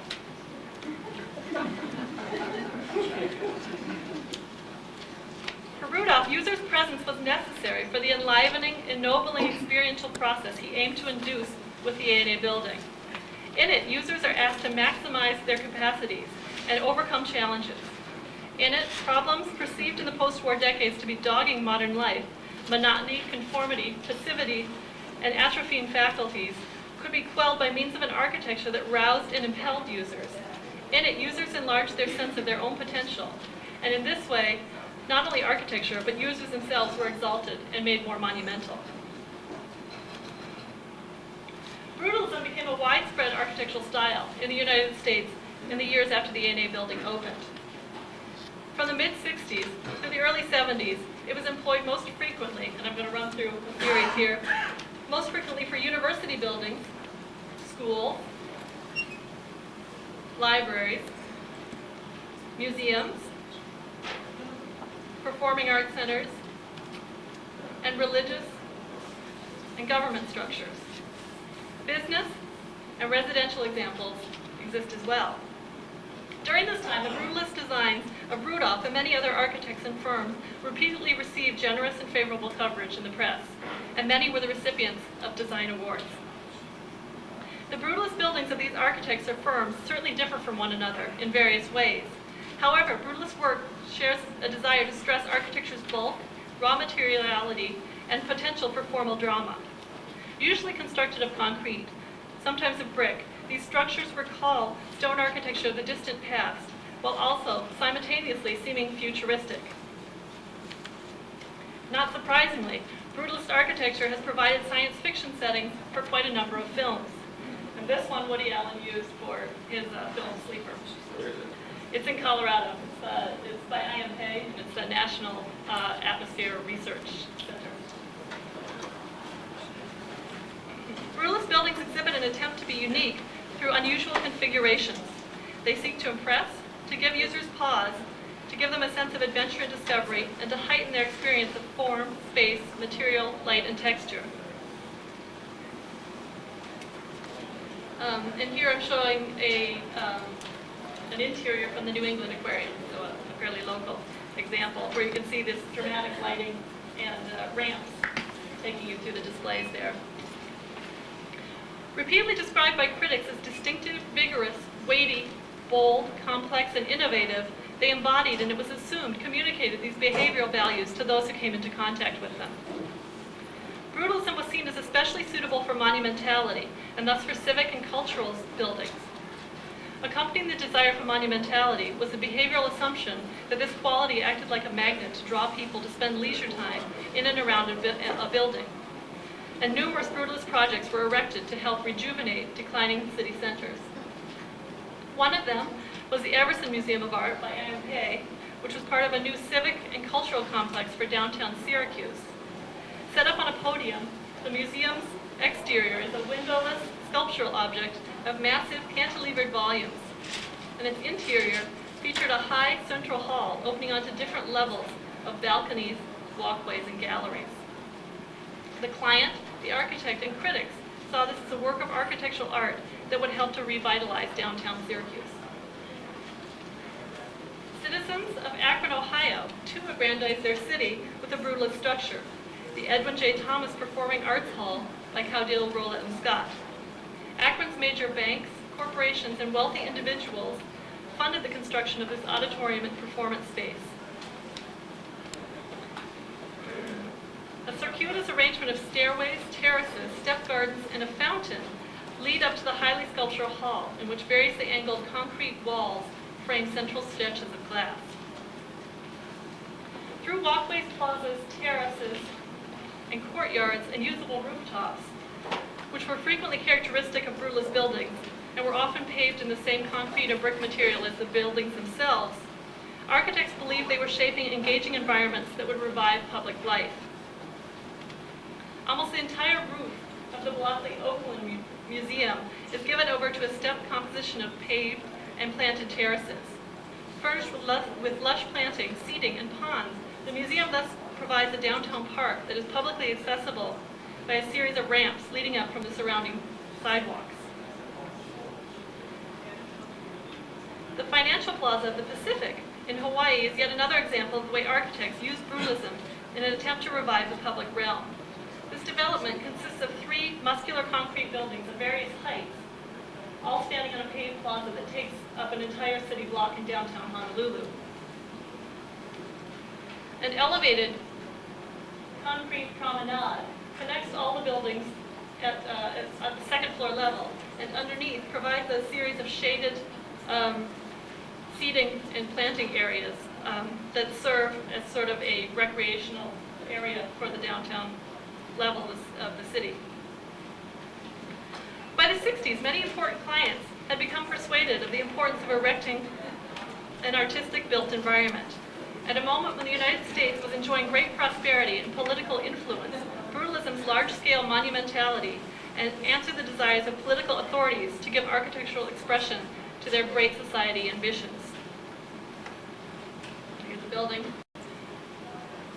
famous building, local building here, Boston City Hall, which was the crowning centerpiece of a massive urban renewal and clearance project in downtown Boston.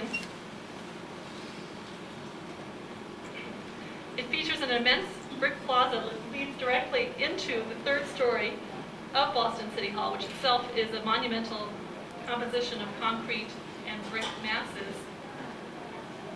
And inside, grand concourses, ramps, and staircases lead the visitor in and through the building, so that one can enter the building on the plaza level, which is actually the 3rd floor level of Boston City Hall, or can exit it down on the 1st floor level, which is the base of a hill.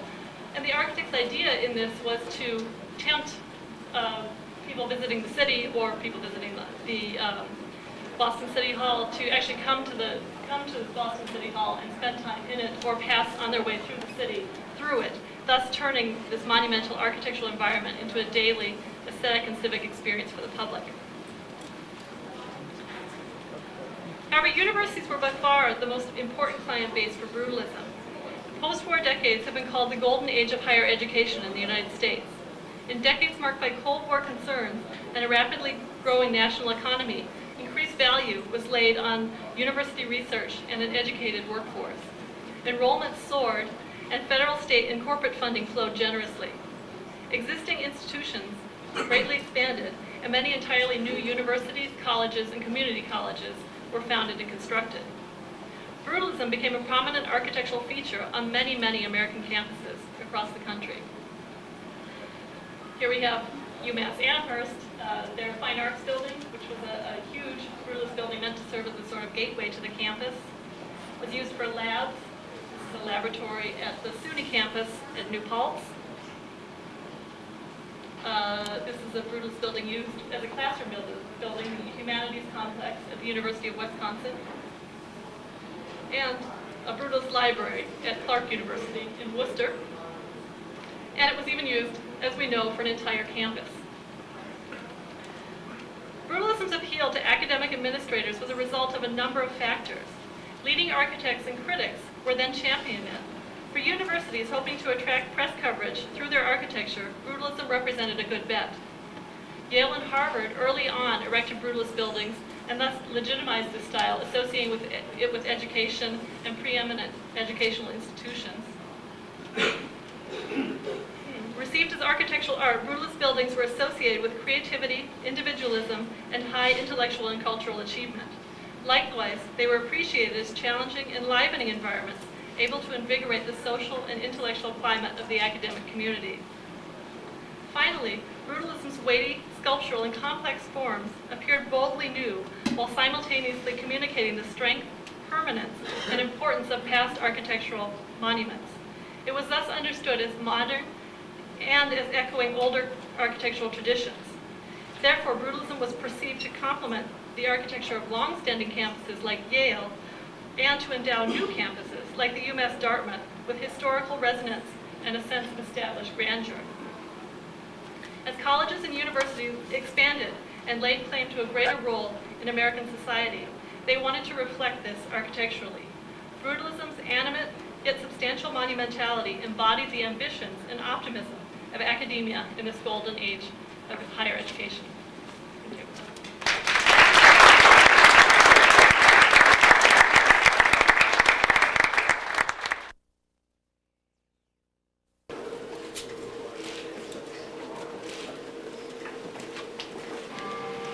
I don't know if this is a good starting point, but it's as good as it gets, I guess. We're going to do this whole thing backwards, I think.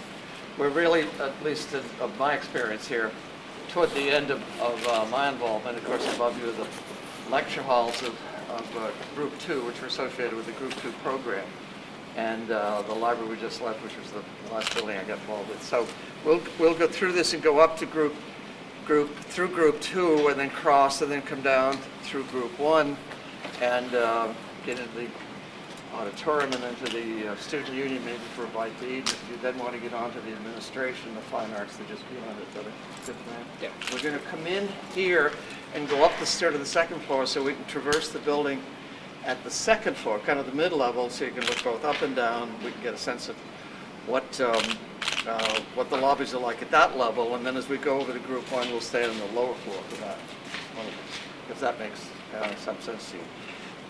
The things to say that I want to say maybe about this building, the lecture halls, is the fact that it's lifted. It could have been on the ground. It almost was on the ground, because when that building came in over the budget by $500,000, Rudolph said, "I'll do anything to get that thing built." And he said, "Why don't we just drop these to the ground?" I said, "No, not on your life. They really got to stay up there," because we did find the $500,000. But the reason he had them lifted was that it was one of the gateways into the campus, as that one is over there, that little bridge, which is not quite what he had in mind, not at all what he had in mind. And there's another one down there, which he was involved with, so that there were many points of entry. There's the main automotive and visual point of your access on the lawn, and then it turns the corner, all that stuff. And then, of course, because it's so long and complicated, he wants you to be able to access it. And that's why these buildings are lifted. And his expansion of the campus here to the west would have incorporated more classroom buildings, which then would have led up through this into the lawn. However, that's not going to happen anymore. What do you think about that? I think it's heartbreaking for me. I think it's a tragedy. I think it's the wrong building in the wrong place at the wrong time. I mean, he's a very good architect, Charles Rose. He's gotten awards, and I just know how it got cited. But it's very difficult to hang on to a master plan. All of the stuff that we went through was over a very short period, but the state hires you once, and they hired, Desmond Lorden, who got Paul Rudolph and did a master plan, bang, which was at a continuous state of evolution. All of his moments here, and even after he left. And even when he left us, and we were involved with the rest of the buildings, we were in touch with him, believe me. We checked out, we made him bless everything. We didn't make him bless everything, but at least we showed him how it was coming along. And all of those things were continuing. Designers are like that. So that master plan ended. I showed you the one that the Shercliffe did, the landscape architects, in which they asked us to, fill in the blanks, which we were happy to do, and then we based that on the knowledge we then had, and then that was done. Then we just put it in a drawer. And now there's another firm working right now, I think, with the university, right? They're active. And I think that's only the third time that it's happened in 40 years. So between those points, the university's on its own. And they either open the drawer and take a look, or they don't. And things like that happen, or things like the dorms happen. I don't know where it comes from. Because I'm, not involved anymore. So knowing what it could have been, it really is tough. It's very tough for all of us who were so close to it, who saw the vision of this thing, finally terminating in the pond and a great, applause, Anyway. So what else? Anything else? So that's why these buildings are up. They're wonderful buildings, and Tom Amsler detailed every bit of these buildings. He did. He'd just come from Switzerland, seriously. I hired him in 5 minutes. You see the stuff he showed me. He was involved in this whole damn building. He showed the rest of us how to draw, and how to draw quickly. Then he was on to bigger and better things. I didn't know the hell what I was doing. It was just drawing what you told me. Yeah. And he did it beautifully. So anyway, and then this is a major intersection. And I've got it right here. And Rudolph saw this as a major intersection. And he worked on the stair, which we're going to go up in a minute. And the state hated this stair because here it is. This is really the moment to read this. I found this in my archive yesterday. But he saw the textile and the lecture halls, and then the library. This becomes a pretty big and active intersection. When the state saw this stairway, the head of the reviewing agency, Jim Cusack, I didn't remember this guy, he was always a terror, he hated us, and he hated these buildings, and he hated Rudolph, and they fought tooth and nail. There were meetings, they were just always strangling each other. And you took the State House doesn't have a stair like this, and you're not going to have one either. But we did. We just ignored it. And so in designing that, Rudolph was designing that from the Hotel Villa Medici in Florence. This is in August of '64. He said, "Dear Grattan, sorry my timing is so far off." He's late because he's having fun. "But here are some revisions to Group 2 lecture rooms, which I feel are important. It eliminates the exterior stairs for lecture rooms," the stairs off the back here, "and substitutes future stairs for the library on one side," that's that exterior stair over there, "and textile building on the other, thereby improving circulation to these classrooms. We are dealing with many people here," which you pointed out to me the other day, "and I think this is an important improvement. I've also at last found time to look at the south stairs of Group 2, the State House stairs. Again, Group 2 and textile building lecture rooms will use this area as it needs to be expanded. I've also modified the south entrance to Group 2. Hope this is clear. Seeing Florence again makes me want to make everything twice as big." Twice as big. Isn't that it? You see these stairs all over the campus where the stair leaves the building, climbs to a landing and then comes back again and twists like a snake. And this one just happens to be the one with the greatest cantilever. And it's very unique because the only structural, I'm trying to remember now, the structural walls are a couple. There's the fin wall, and these walls come down and it tucks in here, but we've got a 38-foot cantilever from the subline of this column out to the landing, and then it comes up and gets back again. So the stair goes out, hits the landing, and comes back and gets pinned. I don't know if Mike Melnick, yeah, Mike. Did you work on this one? I did, but it was heavy drawing. Right, it's post tension the whole thing. But it's the deepest cantilever of any of the stairs on the campus. And it is dead level 45 years later, or 40 years later. So there. Now we'll go to the next lobbies or lounges and keep moving so we can have lunch. One of the 2 student lounges in this building, or lobbies, or student lobbies, and 2 more over there. And this is the more complex of the 2, although I think the group ones, the first ones, are still the favorites. I'm not sure why, but this was more complex volumetrically and spatially, and the balconies and whatnot. And it also has an expansion joint running through it. It runs through, well, of course, here it's just running through space, and it cuts that balcony in half, which of course is cantilever. Now you look at these hangars, and you wonder what the hell's going on there. But it's not happening in Group 1, and it started out not happening here, but it ended up being adjusted. Is Mike here? I'm here. The balcony is in a very precarious position. We had a structural engineer who had a very big ego. He was very, very talented, very capable, like the stair we just passed and the tower we just passed. And Mike built all kinds of post-tensioning. And this guy was kind of out on its own.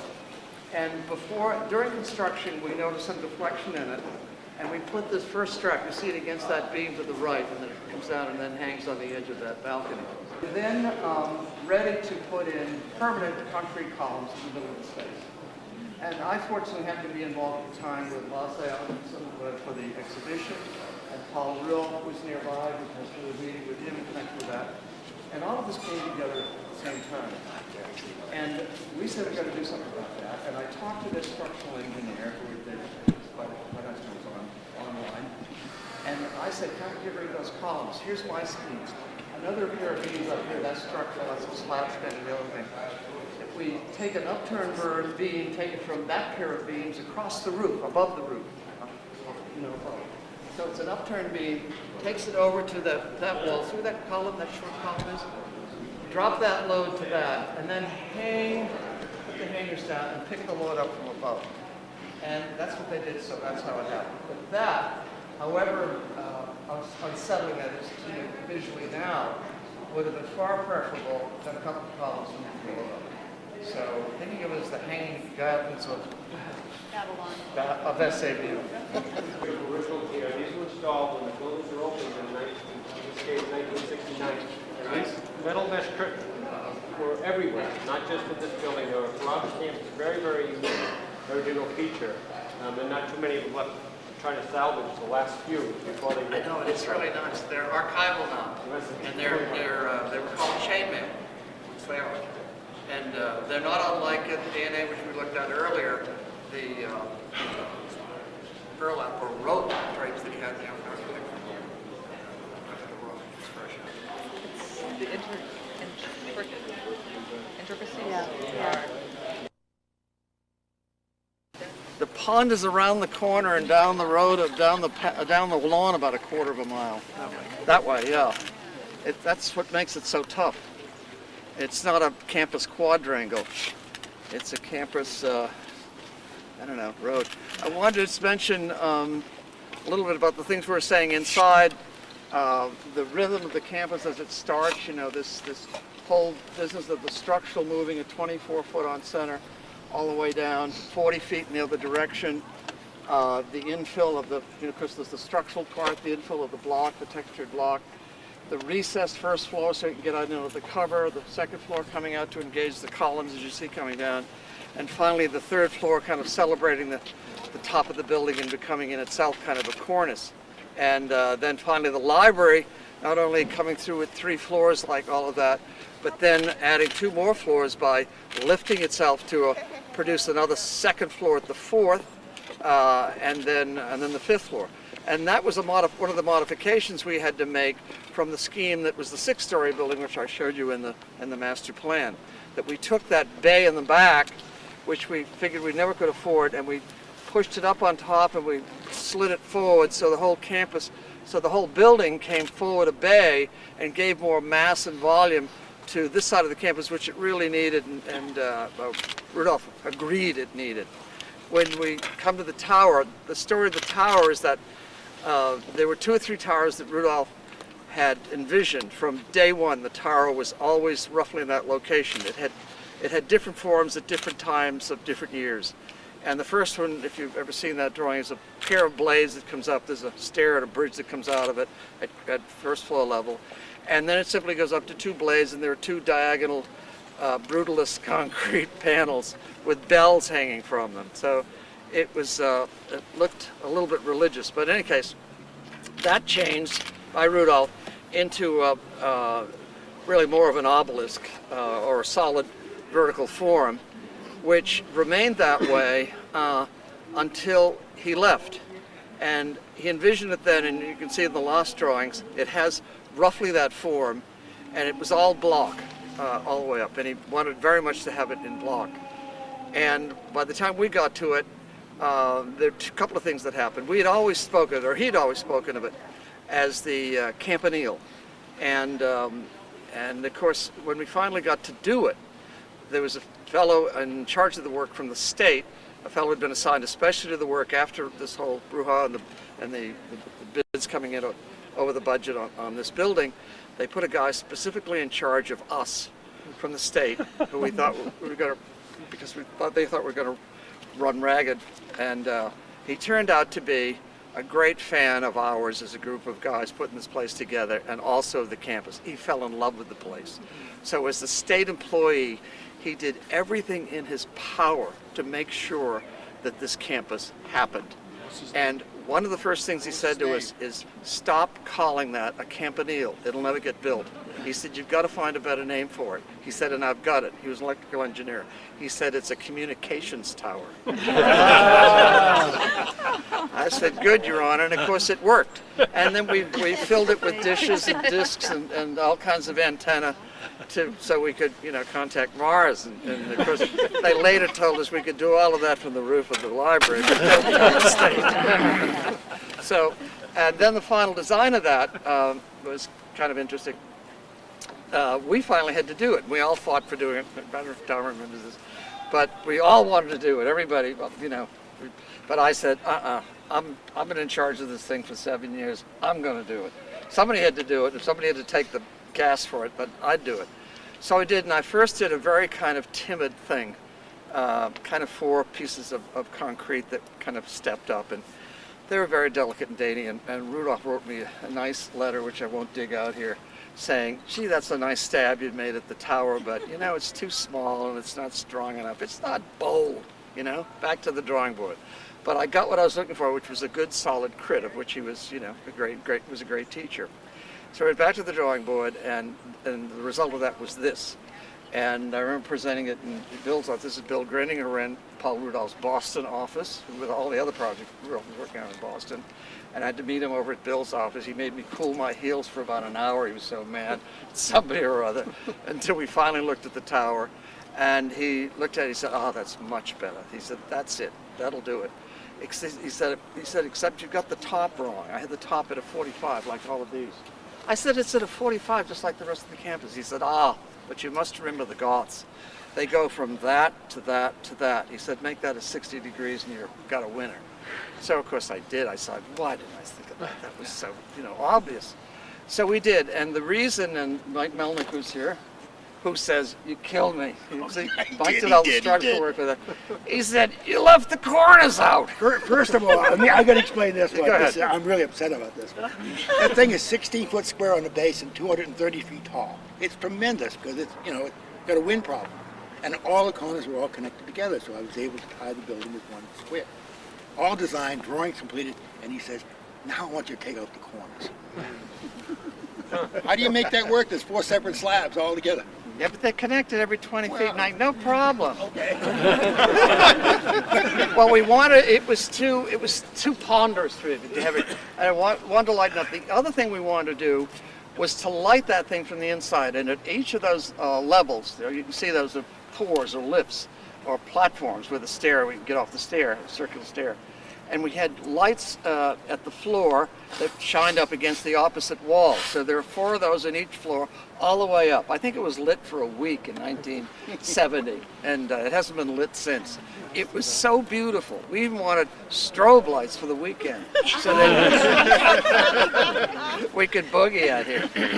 But it's really sad, because then it has this wakefulness during the day, and could have had this weightlessness at night. I was looking at the slides of art and architecture buildings. It's a different building at night. Mike wanted me to mention one more thing of the balconies that we just passed there, and the hung balconies.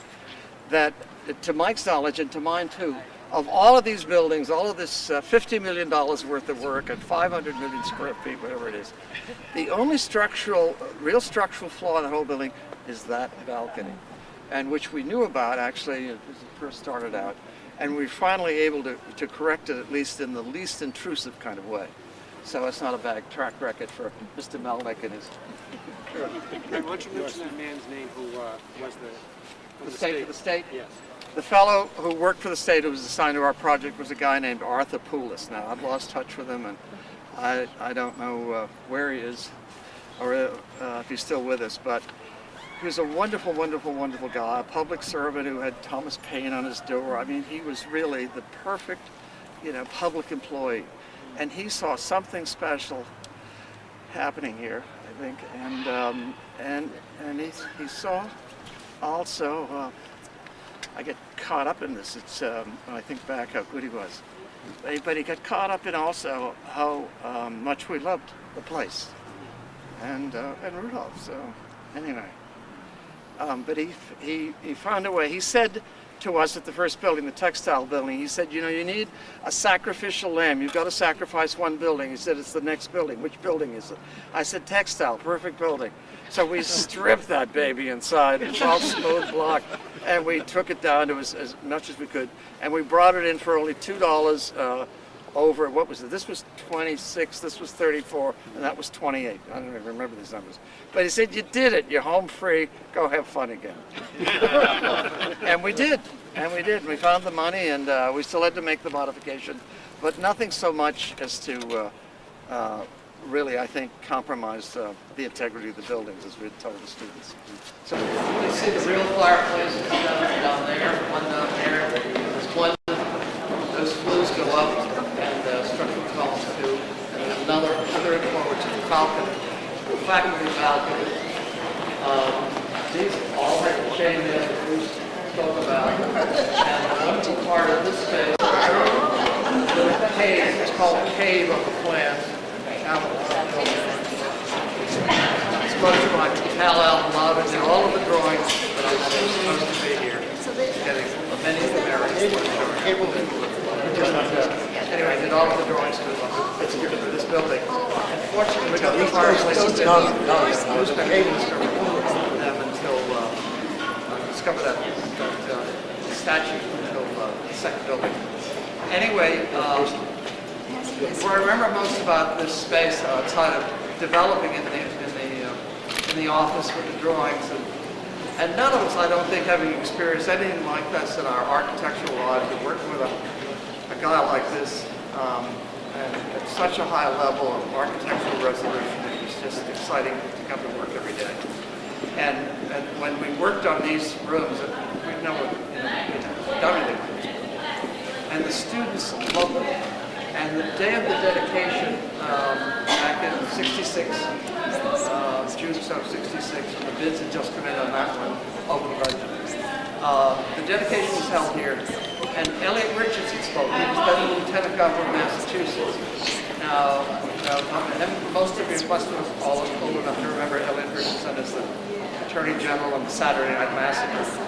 But he gave a wonderful speech, and he loved the building. He was architecturally a very, very astute guy. I later did some work for him in the Cape where we now live in an office for his family and a beautiful house they have up there. And in any case, he came here, he came into these lobbies, and he heard the story of the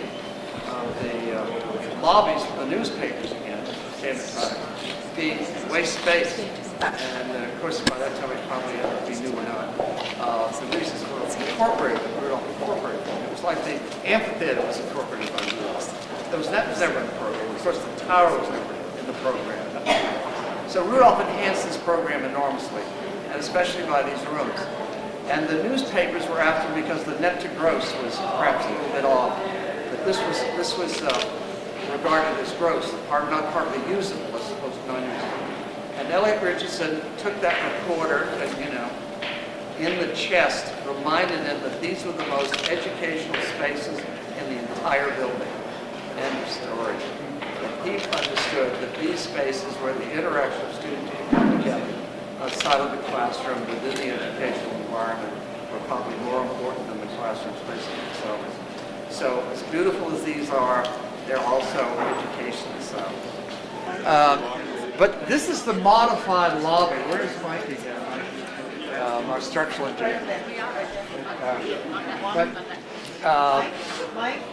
So we had to, in modifying, somebody said, talked about, what modifications we had to make to the buildings.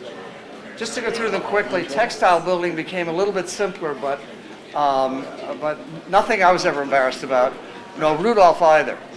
What we did very privately, Rudolph was no longer involved either financially, contractually, or professionally, but to make sure that he knew what was happening for the following, 4 years, 66 to 70.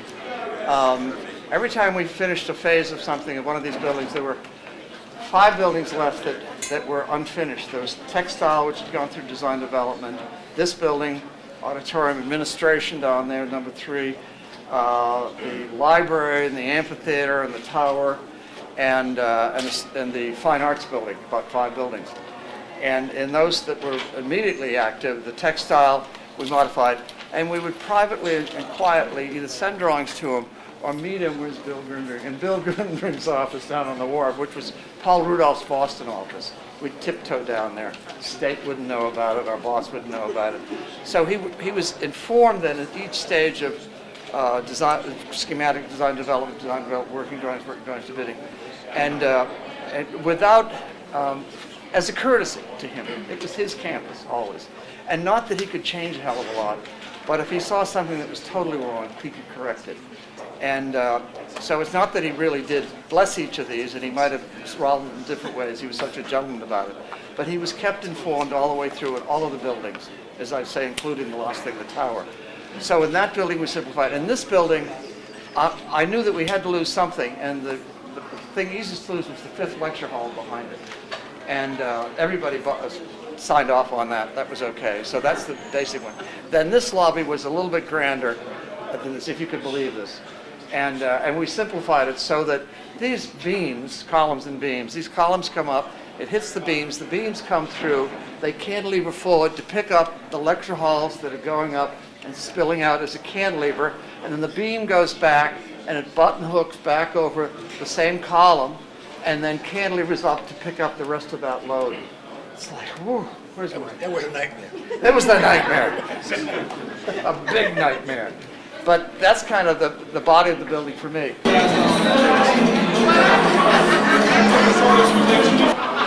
The only thing I wanted to say about this building, it's the building we looked at a section of, and I spoke about the space, spatially, Rudolph thinking of it from the pond, which is way the heck down the lawn there. Then comes up and space comes in, and boppity, boppity, bop, and then up through that secondary space, and slides out the clerestory windows. The other point about this building is what has happened to it since it was constructed in the early 70s. And that is that the students have really taken over on the interiors. As you can see, there's been a lot of additions made in a very sensitive way, I think, to the space between the beams, which are going on the ceiling. The columns have been covered. They'll change again in 5 minutes. The lights, which Rudolph cantilevered new ring fixtures, they've added some embellishment to, which is really, I think, personalizing it in a very kind of rich and nice way.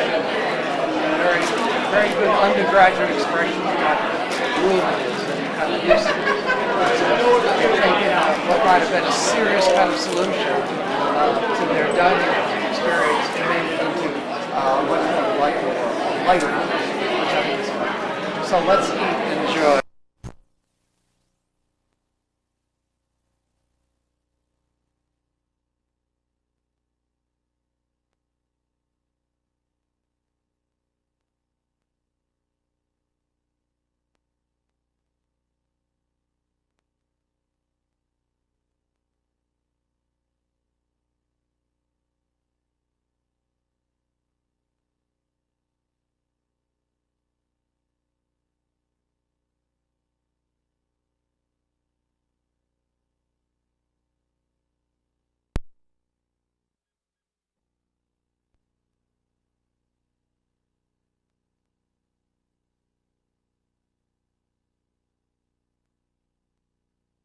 Had a lot of conversations with our next guest over the last few months.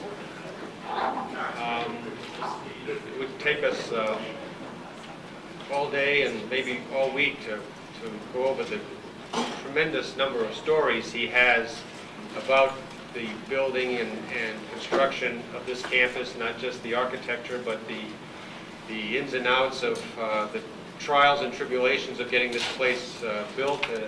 Those that have lived in the area a long time realize how much a struggle it was to get the campus built, not just because of its complex nature and design, but the opposition from politicians and others that tried their best to stop the construction of this project even after Group 1 was finished. And I thought I knew a lot about the history of the campus until I started talking with our next guest, Grattan Gill. It's a great pleasure to have him here, and he has a lot to say about our campus. The slides that you're going to be seeing are a collection of drawings that we still have here that were not donated, but brought to the campus for an exhibition just before Paul Rudolph died in the late 1990s. He actually selected the 100 or 120 or so items that were brought here through the auspices of Lasse Antonsen, who was our gallery director when there was an exhibit here at that time. And so all of these drawings you see are from his office. He selected them to come here for that exhibition, so they're quite interesting. They're some of the same drawings you've seen in the panels in the back of the room. So please, as you look at the drawings, think of that, and also please welcome warmly Grattan Gill.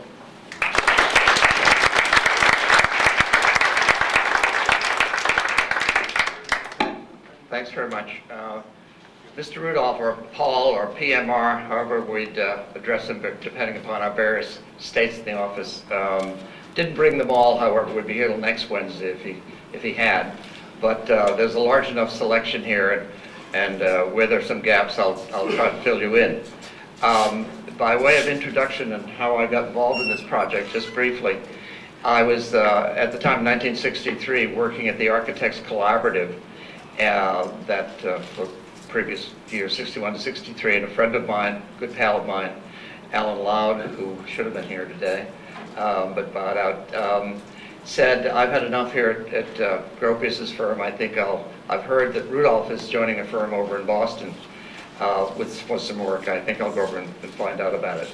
Well, he did, and he got a job there, and he called me immediately. He said, you've got to get over here. He said, Paul Rudolph is in place here, and was doing some work in the government center, the mental health center, and was coordinating architect as well with his own office, and Bill Grindrod, who ran it then, was in front of me, and Jim McNeely, who ran the mental health project, was sitting beside him. It's kind of old homework, a home week here for a lot of us. Larry DeHart, who worked with me on from Group 1 building, over across the way, all the way to the library for 7 years is here too, and a few others probably that I haven't seen yet. But in any case, Alan said, come over. I think you'll like it, because Alan and I were both fans of Rudolph. We're big fans at the time, and also fans of Frank Lloyd Wright, who we saw a lot of Rudolph in, or I think of his work. And I did go over then, and so I secured the job as job captain, as it was then called, for the project, for this associated relationship between the Boston firm of Desmond Lord and Paul Rudolph's office was then in New Haven. And the rest, they say, is history. It was really one of the most exciting times of my professional life. And we worked then together, Paul Rudolph, Desmond Lord, for the next 7 years until 1970, when I then joined him in New York from the frying pan to the fire, and went down to work for him in New York as an office manager. But, and of course, there's the demise midway through the 60s when he is released by Desmond Lord. I suppose I can say fired, but it wasn't really quite that way.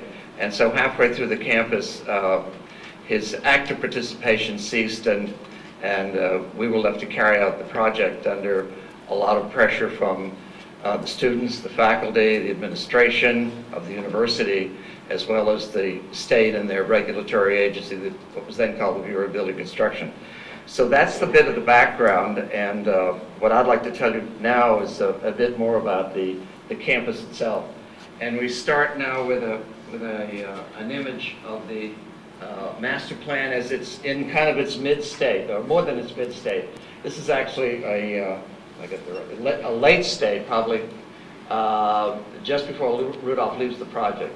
To orient, you don't need any orientation. You know, Old Westport Road is here, Ring Road is coming around, and all of the buildings are here in place. Some of them have been changed, and I would like to address those first. You know, Group 1, Group 2 being here, the the Dion, what's the name of the building, the addition to Group 2?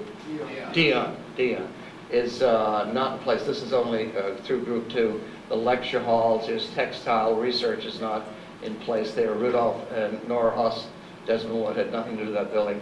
An early schematic version of the library and the amphitheater, which became modified later. The tower is then an iteration of the tower. And as you came down this side, a wonderful, beautiful bridge that he built that never happened between these two buildings. The one there, of course, by him, that is there now, is not by him.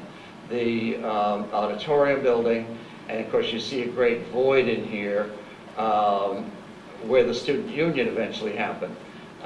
This colonnade really comes to the corner of the campus, and you see the early version of the administration buildings. And he has located that building here because he wants to get this campus around the corner and down to the lawn and off to Citadel Pond, which is down here. So if we'll, let's see, we'll continue on here and just keep carrying on. Now we back ourselves way up to, it's a drawing that I had never seen before. Bruce had shown it to me last week. And it's a survey by Tibbetts Engineering. They're a very well-known Massachusetts surveying firm. And it shows Old Westport Road, the boundaries of the campus, really. Chase Road and then this Lucy Little Road, and the property lines here. And you can see Citadel Pond here, which Rudolph has figured out is the final destination of this campus, or its visual resting point, if you like. He's already begun to develop a module here, or a grid, and he's trying to feel his way through scale. There's 700 on it now. You read either 600 to 700 acres. I'm not sure which it is, but it's so many acres we won't worry about it. But Rudolph, I think, even at this stage or this time, is beginning to think about where he comes into the campus, which of course is right about in here, and then he wants to get to Citadel Pond, and so he has to come through the campus and make a right turn and head the campus in that direction. Let me move on. Another very early scheme, and let me orient myself here. Here's Old Westport Road is up here. Here's Group 2, Group 1, auditorium. I don't know what this is, but here's the library here. You can see the tower, and he has now begun to form the campus, where he's developed a lawn or an alley that comes down the middle of the campus. He's trying to make about a half mile route from the entrance of the campus through the corner and all the way to the pond, through a lawn and an alley, as it's called. And the singular most important building, of course, is the library. The classroom buildings line this edge of each side of the campus. And the parking then, you can see it beginning in this drawing, is in the ring road, and parking was changed from this back and forth kind of routine, which would have driven us all crazy, to a more logical one that's out there today. Now we jump ahead. This is a little bit much later, actually, and but we'll go into it anyway. This is a later update of the master plan in the mid-'60s that was done by a firm called Shirtcliffe, Merrill, and Foote, I guess it was. And they were landscape architects, and they secured the commission from the state at the time for an update of the master plan here at what was then SMTI, which of course you know became SMU and now it's UMD. But in any case, they got a lot of the information from us. Here we're oriented a little bit differently now. Here's Old Westport Road. We come on in and we can perhaps speak a little bit about the circulation and the destination.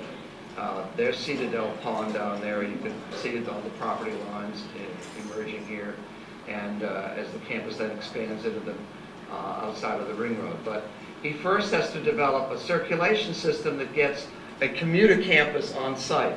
And he develops this large ring road, as you can see, and are of course aware of and drove in on today. And then the parking lots are feed from that. And then there's a demarcation at that edge where the gateway between the automotive or circulation arrival sequence becomes a pedestrian then complex for the university itself inside of that. And as the campus expanded, he thought the parking lots could then expand back out to the road as needed. That's already happened in some cases. I know down in here it's pretty much out to the road. And you see now, this is the campus now that Rudolph has already developed. It's in place. And the Group 1 has already been completed. Across the way, Group 2 is constructed. The lecture halls are done. The library is underway in its schematic form.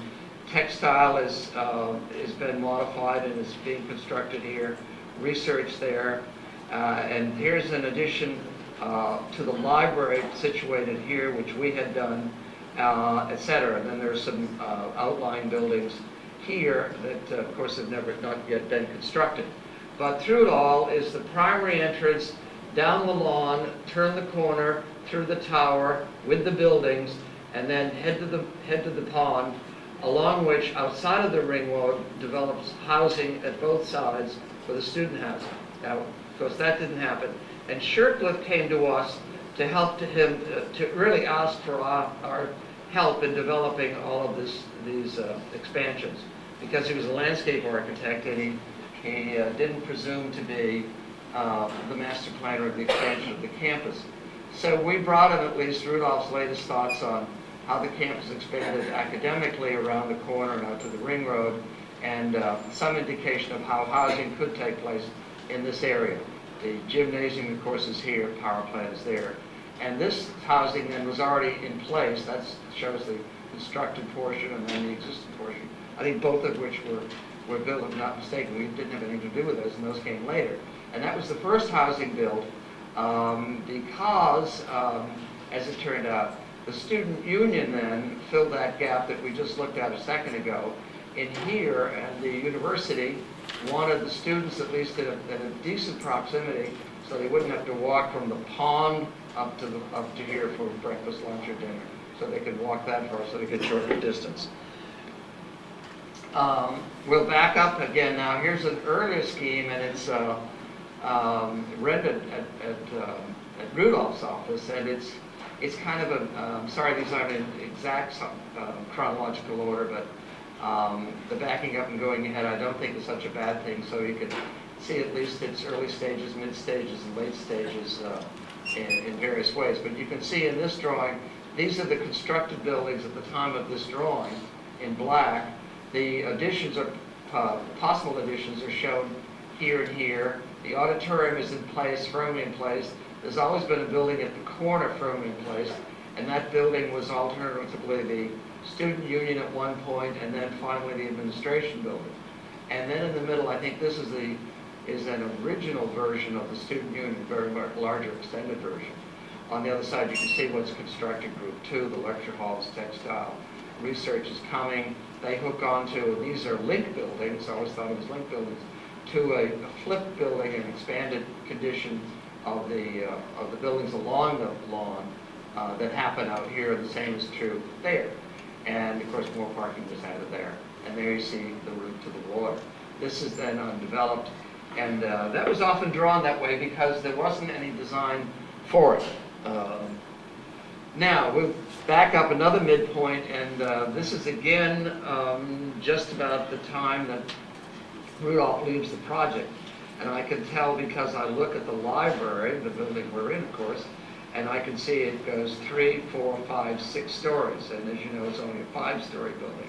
So you can see by that that there are some modifications that took place there. And here's the amphitheater, which is at right angles to the building, and its axis is that way, which we later rotated to a 45 to kick it and tip it toward the lawn. In this building, that opening is still there, but Rudolph has chosen at that time. This, of course, is constructed. This is under construction when this drawing was done. This has been modified to show its lost design before it was built. That is the scheme we have from the firm who did that. It was neither Rudolph nor Desmond Lord. And, of course, the auditorium here. And a hole in the plan. But Rudolph wisely figured out that he had to get a building at the corner to turn the corner for the campus. And that's the administration building. Next to it now is the student union, which eventually ends up here. And the reason he puts it there is to reinforce the corner and get your eye turned. This tower, of course, is in and hopefully spinning, or at least being, as he called it, the stick in the ground to give the pivot around the corner and onto the pond. And then, of course, you see the edge of the ring road, potential housing in this area. But the important thing is over to the corner, come through the corner, and get onto the pond, where the scheme and campus would terminate, at least visually.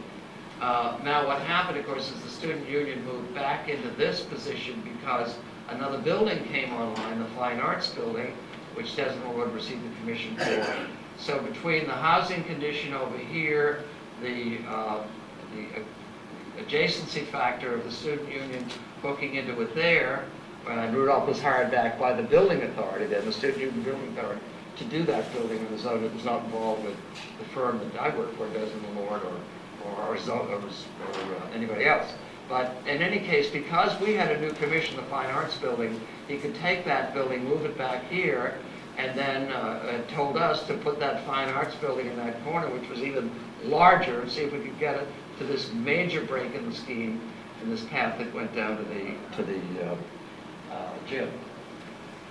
Where are we here? We're jumping. No, we're not. No, we're not. We're looking at a site plan from the working drawings of the Group 1 building. Here's Old Westport Road out here, and the ring road is breaking around there. You can see the parking lots, and there's the Group 1 building, and you're coming across to Group 2 here, which of course is not constructed. This is 1964, and but you can see this work was done on a site contract, site work contract, which preceded this contract, which you can see outlined by its property lines or construction lines. There's the Group 1 building, and you can see now the route, the passage that he makes you take from the ring road into the parking lots, which you can see here, and then through a series of berms which you came through. So the berms are continuous around the entire circulation of the inside the ring road of the parking lots. Initially, Bruce said I should point this out. You can see these two little dark parallel lines here, and those were gateways. Rudolph, as both Tim and Helene have mentioned earlier, was very concerned all his life with gateways, and no less here, as well as you'll see later on in some of these drawings. But here he wanted the berms reinforced with tipping concrete walls, which took the slope of the berm that you came through as a cut through the berm, so that you really left the automotive precinct and entered the pedestrian precinct, and you were then in the pedestrian university campus. Well, it was the first thing the state took out of the project, of course, for these little walls, so they never happened. And the next thing we took out was in crossing the lawn as the grade changed, and as these grades had to meet those grades and paths had to be connected on grade. Rudolph had a series of concrete retaining walls that came all the way down and reinforced the whole passage between building, reinforced the lawn as a series of steps all the way to the pond. And that was the next thing the state saw very quickly and got rid of for us. Where am I with this guy? This is this site plan now is, again, a working drawing of the lost contract that I was involved with before I went to New York to work for Paul, and that's this building, of course, which you can see. We see the library here, group 2 is up here, the lecture halls are here, and you can see the limits of the construction. And you also can see how we have relocated the axis of the amphitheater this way instead of at that right angle. And the tower is now been firmly located and finally designed. All of the stairs, and we absorbed a great deal of site work in this contract that had to be deferred out of the work of the earlier buildings because there was never money in the budget. But we finally felt that we had to incorporate it in some contract, and this could have been, the administration building was then, I think, under construction right now, or finished that state at that point. Fine arts was then intended to go here, but we tried to incorporate, as you could see, we went all the way back to here, got all of this lawn work and paths, and the devil made me do it. 6s in here, those stairs, steps. God, if you asked Rudolph, the devil made him do it, he wouldn't know what you were talking about.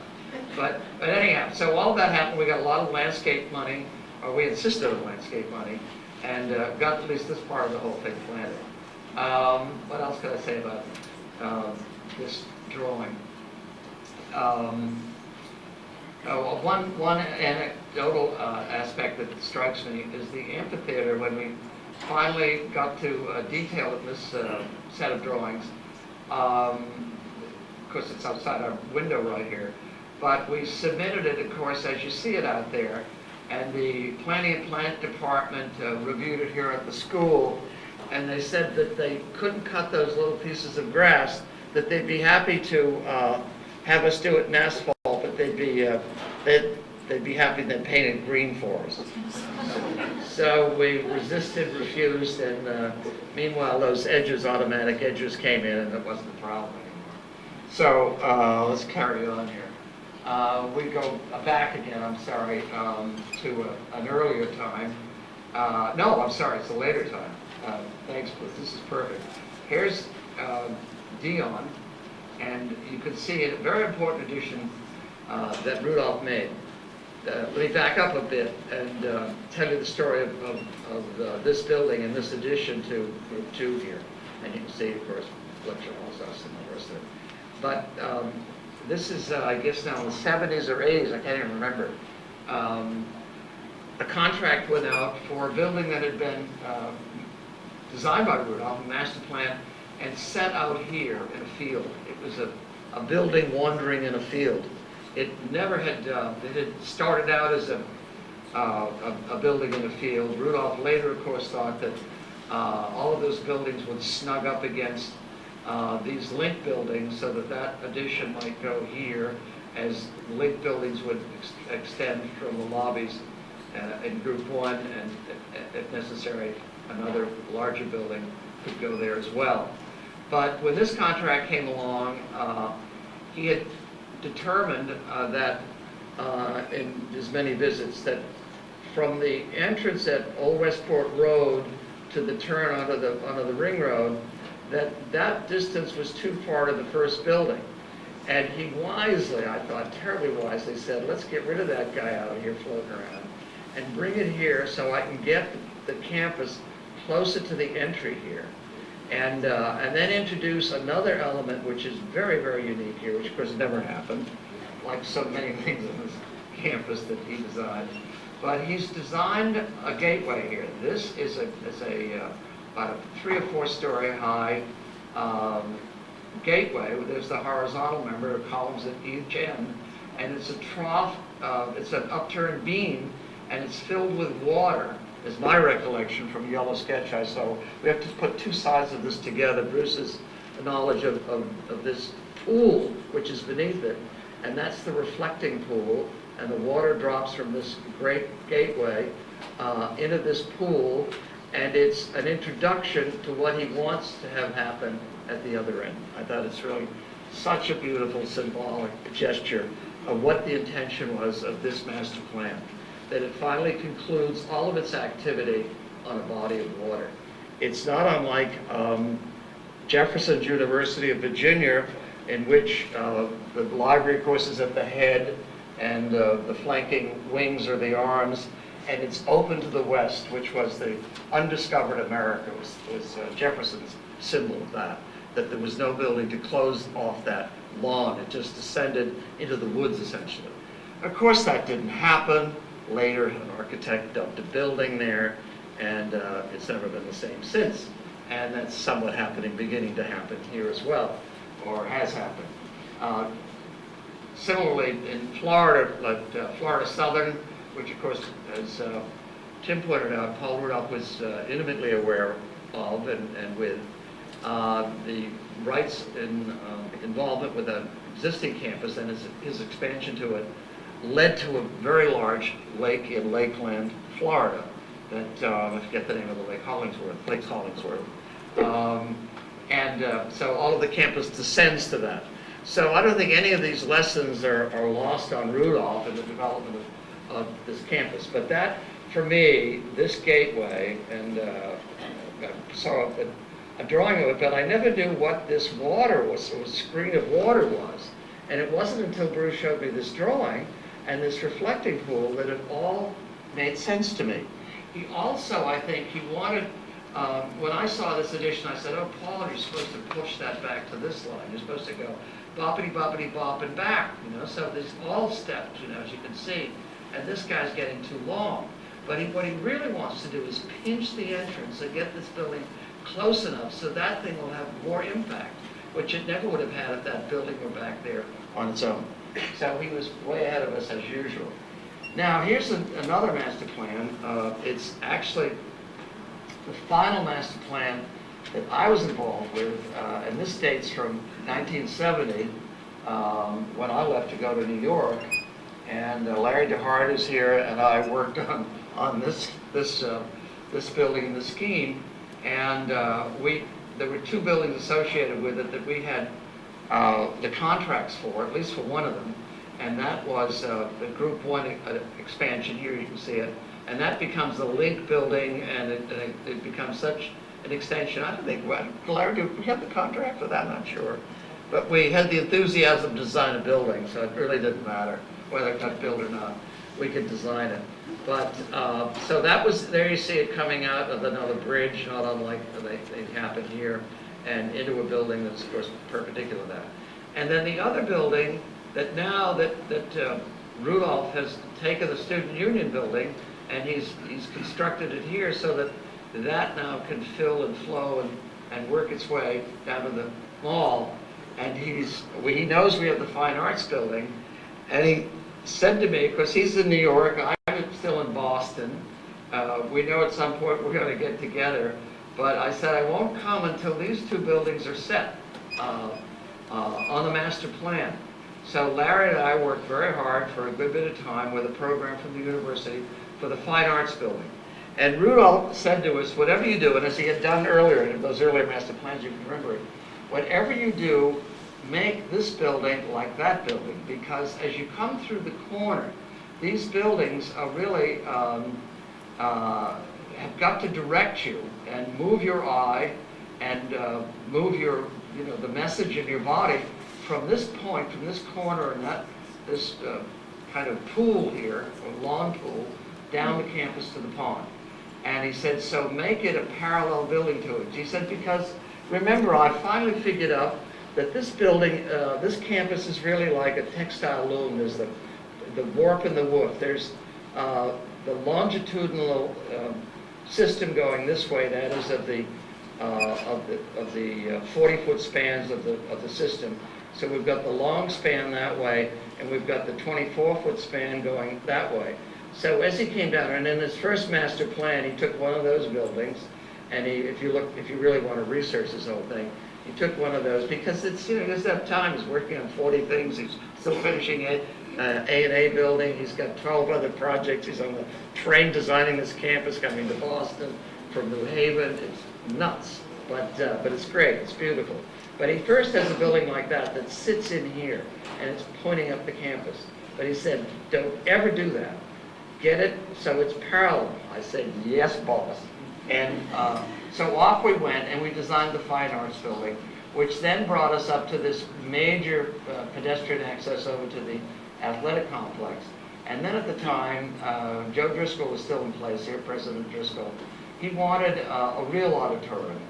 Paul Rudolph had provided him with a wonderful auditorium by way of what was originally 5 lecture halls that he could put together into one space. The 5th one got lost as a modification, which was on the back. But that was the building at least thought to be recognized for the one on the other side of this entrance.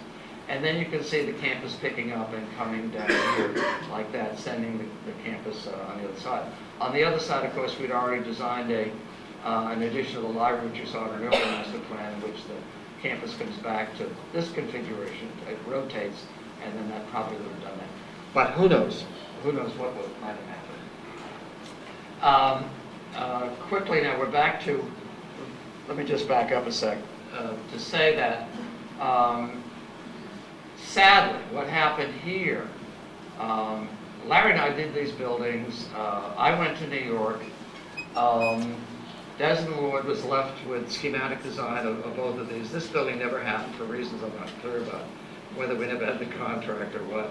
But this building, of course, did happen. It's right outside the window, except that the fellow in charge of it there, Desmond Lord, took it and totally redesigned it. And he simply took a building like this and he dropped it in there. So now it looks up the lawn, and it doesn't have the dynamic quality, sadly, tearfully for me, that this building would have had. I mean, this would have reinforced it so beautifully what was begun here and what was so simple a scheme in terms of how Rudolph saw this whole system of 40 or 44-foot bays going east-west, and then in north-south direction, the rhythm of the 24-foot grid, the structural grid coming all the way down.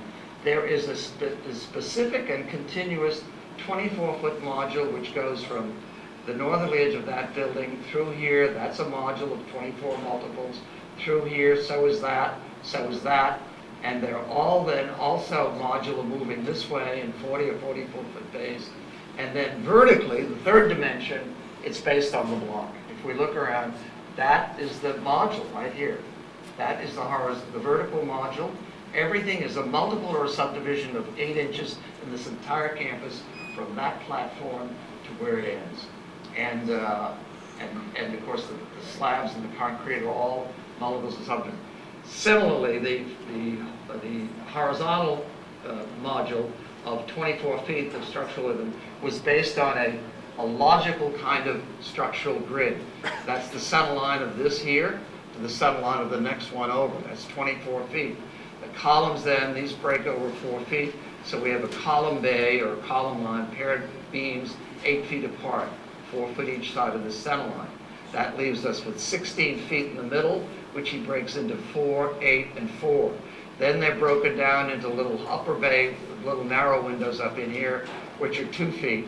And if you break that down again, you can get down into the 16 inches if you take the 4 feet. It's so simple, and it was so, it made the campus a single building. Talk about a megastructure. It really is what the building was about. And Rudolph had to do that because the university needed this building yesterday. In the 1960s, the entire United States, as all you know, just expanded into higher education at a rate that had never been known before. And in 1963, they wanted this campus as quickly as they could. So Rudolph had to choose, let me move on here, a palette of materials that was simple, repetitive, economical, and could be ordered and mannered, and a lot of square footage could be assembled, a lot of volume, a lot of classrooms, and a lot of activity. Here's the first building. We only included that to show you kind of an early concrete floor pattern, but it also gives us an indication of the rhythm of the buildings. You do see the columns here, and that's the 24-foot grid I speak about. And then we're moving 40 feet in this direction. This dimension moved, depending upon the building and the program, from a narrow point of 36 feet to the longest, which is in here, of 44 feet. But the typical one was 40 feet and 24 feet this way. There's a double-loaded car, so those were split. Then he offset the columns so that they were 8 feet apart from one another, so we could have a dynamic kind of beam crossing between those and slip the building, so it made it more interesting. And after 3 bays, 3 cantilevered bays, he drops the building back a bay, etc., so that he could develop this lawn opening up, he said. Because let me back up. I don't want to miss that for you, explaining that. And I'm not sure of there you go. This might explain it better. But you can see that at the larger scale here of the columns which you look at here, of which generates, it's not unlike Florida Southern and not unlike the University of Virginia. It's simply a different scale. It's going a different place, and it's going a half mile to the pond, not 500 feet down long like Virginia's. I think it's about that dimension. But anyway, he also can hold at the first floor, hold the outside edge in so we can get some undercover colonnade and some stairs. We can do the same thing again pretty much continuously on both sides of the building. And on the second floor, he can let those slabs come out to this point, engage the columns, and now you can get the cover and the program space, so the classroom space could be enlarged at that level. And then finally at the third floor, he can just cantilever over the same pair of columns into the cantilevered bays, which model this entire campus so beautifully and so sculpturally. Moving on very slowly here to Group 1 lobbies. And you can see as you come down, you make a turn and you come into the lobby itself. One interesting aspect of the lobbies is that they were not program spaces. Nobody ever asked for student lounges or lobbies or sunken seating or fireplaces or multi-level overlooks and balconies and you name it. They were not in the Arthur D. Little program that the university had done for them. Rudolph included them because it was a commuter campus, and he recognized that once the kids were through with class and might have to wait 2 or 3 hours, there was no place to wait except in the corridor or back in their car. There was no student union. The first building provided all of the services for the entire campus. The president was up in one of the cantilevered bays. The student union was down in the basement in a cafeteria at the time. And the library was in the south end of the building where faculty offices had not yet been constructed. So it was an entire campus operating out of one building. So Rudolph thought that these were very critical intersections. What he already needed at these junctures, or these nodes as we now call them, he needed stairs, he needed an elevator, he needed toilets. And he said, why don't I just expand that space and get all of that stuff, all that necessary functional stuff in, and give the kids a place to sit down. And there obviously is, I think, the most successful spaces of the building. And it also is a volumetric kind of release of all of the rigor of the rest of the classrooms as you come down the corridors or go into the classrooms. And finally you get to this space which is 3 stories high and it has fireplaces in it. Interesting story about the fireplaces I'll tell before I forget on the next one. Bruce asked again, this is one of these anecdotes that happened. But he just kind of, as a matter of course, all lounges have fireplaces. All Yale University is full of fireplaces. And I'm at Yale and I'm doing lots of fireplaces. And of course we got fireplaces, and this one is tucked in beautifully down at the bottom of the Group 1 lobbies. And then there's one on the 3rd floor for the faculty. Very nice move. So there's 1st floor for the students and 3rd floor.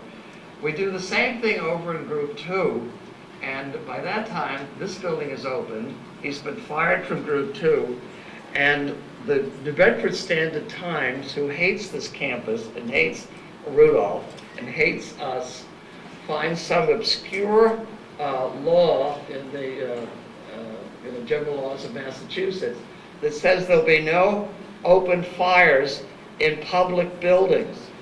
So they couldn't shut these down, and I don't think they blocked them up. But we had to make some unique modifications to those in the 2nd building. Here's a section through that lobby. You can see now the fireplace is here, another fireplace up in there. It's the faculty lounge, student lounge, but here you can see now the 3-story volume. The entire building is revealed for the students internally now instead of externally. And here's that space that's even tucked under on the fireplace with it. I know I must move. Bruce, how far along am I? Halfway. We included this because so you can see the buildings both as they move down the slope. They step down the slope, and of course they step away from the lawn. And here it is at the other end. There's we're looking north now, the northerly post edge, and then the cantilevered bays. You can see that the 2nd floor engaging the columns. So it's really beautiful. The 3rd floor cantilevers past the column line. The 2nd floor engages it fully, and the 1st floor holds itself back so you can walk in it. That's right in there. And then the stairs become these sculptural elements at these very significant points of termination or circulation. So these then break the geometries of the buildings themselves and move as they have to on diagonals, and he just lets them keep on going and makes them with sculptural crenellations, and a couple more there that look in the east and west elevations. But they're just nice drawings. I think they're here sentimentally, and they're the first set of working drawings that we did on the 1st building, and I think for us it was a very, very, very exciting time and place and building to be involved with. Here it is in plan again, and this is the southerly end of the Group 1 building. Is the south lobby of Group 1, and of course the lecture halls here, 2 more in there. The step classrooms, which I think are apparently most of them long gone. And again, it was an intention of Rudolph here. I don't think anyone asked him to do step classrooms, but these needed to be stepped because they were so large and occupied by so many people, so they could see the instructor. But here it was very intimate, and I think he loved the whole idea of dropping these spaces or these levels so the instructor stood here, and of course it's essentially a square. I think it's 24 in this direction, and I guess it's 24 this way too, because that's a 16-foot dimension, that's 40. So he gets the instructor on the diagonal. So you come in here, you move diagonally. And of course the other major dimension of the entire campus, before I forget it, is that the campus is primarily orthogonal, that is right angled. The columns, the beams are all that way. But he wants to move you also in a diagonal dimension, and of course the columns are reflective of it. You could have rotated them had not had columns on the diagonal, but columns perpendicular to that. So that introduces it, and then it's reinforced and enriched by all of these spaces where all those diagonals come in. So it happens also in the classrooms and in the lecture halls and throughout the campus and in all the cycle. Oh, a couple of shots. Some of these are just sentimental selections, for me at least. There was so much work developed. This block, of course, Rudolph had invented for this campus. Actually, he invented for Crawford Manor in New Haven first. They were happening simultaneously. And ours was a little bit different. He first came up with a 5-rib block. And if you count that thing over there, you'll find that there are 6 ribs. Someone in our office pointed out to him, he said, Mr. Rudolph, if we put another rib in that, we make that 6. We can have a half block, a 1/3 block, a 2/3 block, or a full block. And he immediately said, you're absolutely right, we've got to make those 6 blocks. And that's what this is part of. And this is part of the study of how those things all happen and how we turn a corner at 45 degrees. So that had to be a special. And there's an inboard special, an outboard special. These became a sheet in itself. What about that? Yeah. And here's a closing block, so we come to an end of a block wall, which is, let's see, I don't see here. Well, there's one like that. But you can see that's a window frame coming in there. There goes a wall. So those were great studies, and this was a very difficult, everything was difficult. Nothing was simple. Rich, investigation of every aspect of this place at a very small scale, despite the overall magnitude of all of the buildings, that you got down to the 2 inches of that rib for weeks, it seemed. Here's an early section of the building. Here you can see the colonnade, the second floor coming out to the glass. He's got cross beams coming in, which got eliminated. We hired a structural engineer and said, Paul, you don't need those. You've already got them going this way. That's this, right? And we didn't need the one that would go that way because there's nothing happening. The slab would take that. So those went good economy that way. They forget the economies. And then this got simpler. The skylights went, that wall moved in, but the roof this got a little bit better. So, and there's another early study, beautiful, beautiful drawing from his office. And it's a very early study of the Group 1 building. And pretty much of how it happened. This came flushed up, and these got into a little bit of diagonals. These were cut on 45, but it's pretty close to the way it was. Like, it's been kind of a definitive drawing of the whole place. An early study of some lecture halls, I don't think for this campus, but which Rudolph brought along for the exhibition, and became the auditorium building, which we have some drawings of. Right here's the auditorium building. And we're looking at the elevations, of course. The campus side is here. Lecture halls coming out, stairs going to the second floor. Stage house here, and the 3 lecture halls in that block. And the 5th lecture hall here is gone. And, well, then here we see it, the plan, which should be looked at first. But you can see there's the main, of course, box for which where we'll be tonight to listen to Tim, who'll be up here, and I presume anyway. And then the 3 lecture halls above are here, here, and here. Is that true, Bruce? Am I misleading everybody? Stairs going up to the second floor, other stairs coming down at these points. A wonderful little building, and that lecture hall is gone. And I can get into maybe the modification. They would go to the second floor, and a lot of other things. This acoustical clouds up here, a lighting bridge, all kind of technical stuff. But we included these because we all think of the design drawings as the beautiful drawings, and the construction drawings, or the working drawings of construction documents, is the kind of nitty-gritty drawings. And of course they are, and they have to provide all of the dimensional information and materials and methods information. But this campus was so beautiful, we felt. I was thinking of Helene's brutalism here and there and everywhere, and I had to say that, well, it may have been brutalism there, but here for us it was beautyism. We really felt that we were working on something very, very special, and I think that drawing, illustrates it. The sections through that.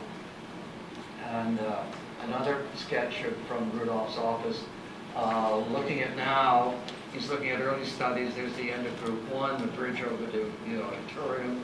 Here's the stage house going down, down, down. But it ended there, fortunately. The big mechanical rooms on top of the 3 lecture halls. And here's the student union. Administration is already in place. But here's his first sketches of that building. He's hired again. He's been rehired, not by Desmond Award, but by the building authority to do this building and infill and make that corner. Hurrah! And we back up again to this wonderful section from his office of, now you can see all of them. So that was the one that was lost.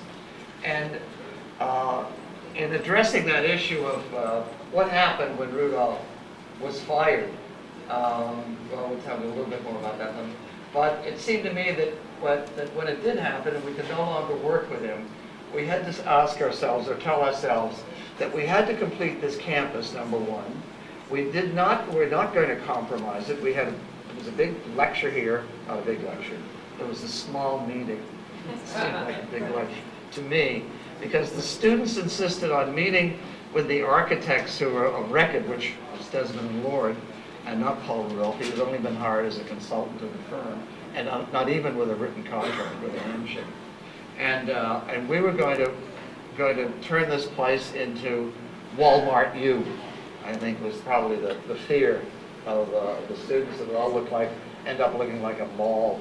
So we came down and met with them over in Westport at a coffee house. This is mid-60s, 66 when Rudolph was no longer retained, and told them that we would not compromise the architectural integrity of this campus, and that whatever we had to modify, Rudolph would have had to modify. That the modifications that we would make would only be something that he would need to make, because the budget was the budget and the state was the state. But within the architectural aspects of it, none of that would change. And hopefully none of it did, or at least to any degree that was recognizable. I thought, or we thought, at the office of Desmond Lord, that if we pull this thing off and we can bring this campus together and complete this in an honorable way, that we'll all be remembered well for it. If we don't, we will be remembered as the bums, and Rudolph will be remembered as the hero who got through 2 or 3 buildings and the rest went down the tubes. So we were convinced that we were going to do it, whatever it took, and however many fights we had to have with the state, which were many, I'll tell you. So anyway, here's another earlier sketch, auditorium, and this is Rudolph's office. He loved tacking pieces on like that. And there's the administration building, the colonnade at that point. The building is not filled in there. And there it is without anything. I love this. There it is, empty. And of course back here we've got something there. But these are just studies, and here's another study. This is the administration building before modification. And what building do we have here? Oh, here's the student union from the south. And I think we have a few drawings of that. We're looking at the colonnade there, the skylights up above, and the stairwell elevator, I guess. And another section through that. And you can see the columns, the pair of beams, the mechanical space, which is up above in here. The single slabs, all the grid block, the penthouses for mechanical or stairs or elevator or something like that. There's the auditorium and coming through. Here it is, the plan coming out of the auditorium, and we made a lot of change orders making that connection. This building was going to stand on its own auditorium, and then Rudolph got the commission to do this, and he just slipped it right in, and we then had to make the connection between the two, which caused a lot of grief to the state, but we prevailed, and more of it here. Well, here's the block sheet of, I think it's the student union. You can see some of the details of the block slides by a column as it intersects with the column, some of the different blocks. Must be boring, but here's an interesting section here, a good section. And it's a section through the student union building, and the mall or the LA or the lawn is out here. You can see the auditorium building in the background.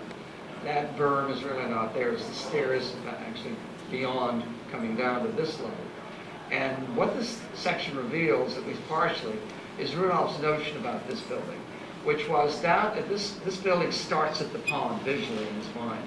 He comes off the surface of the water, he comes up the lawn, and he comes through the windows here, and he takes the terraces up 1, 2, 3. He then opens this up and he lets the space come up and up to this level, and now they come out through those light monitors here. So he turns the space around and kicks it back to the campus.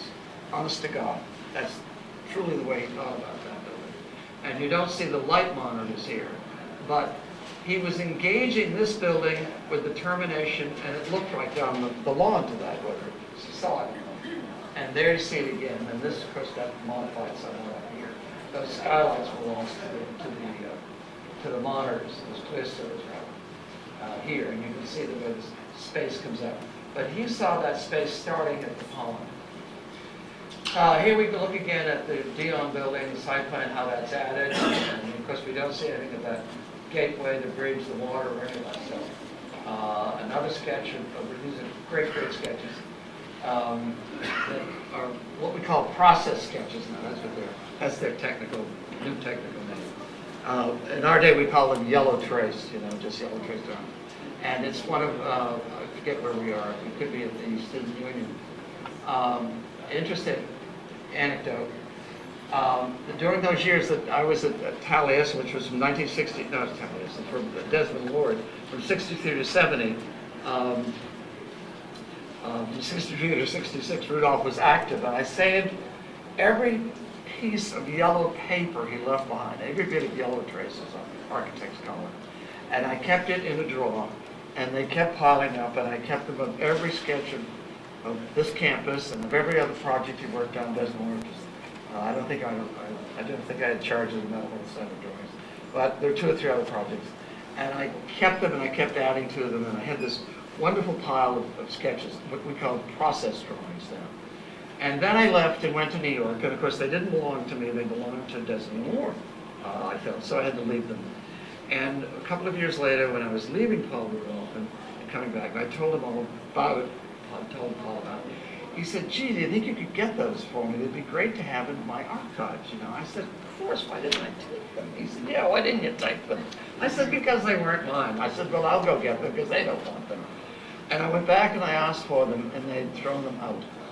So anyway, so much for all of these wonderful drawings of this campus that I worked on. Another same kind of thing, an early print on where we are here. This is Dion, SS Dion. I'm thinking of a restaurant, Dion. And here it is again.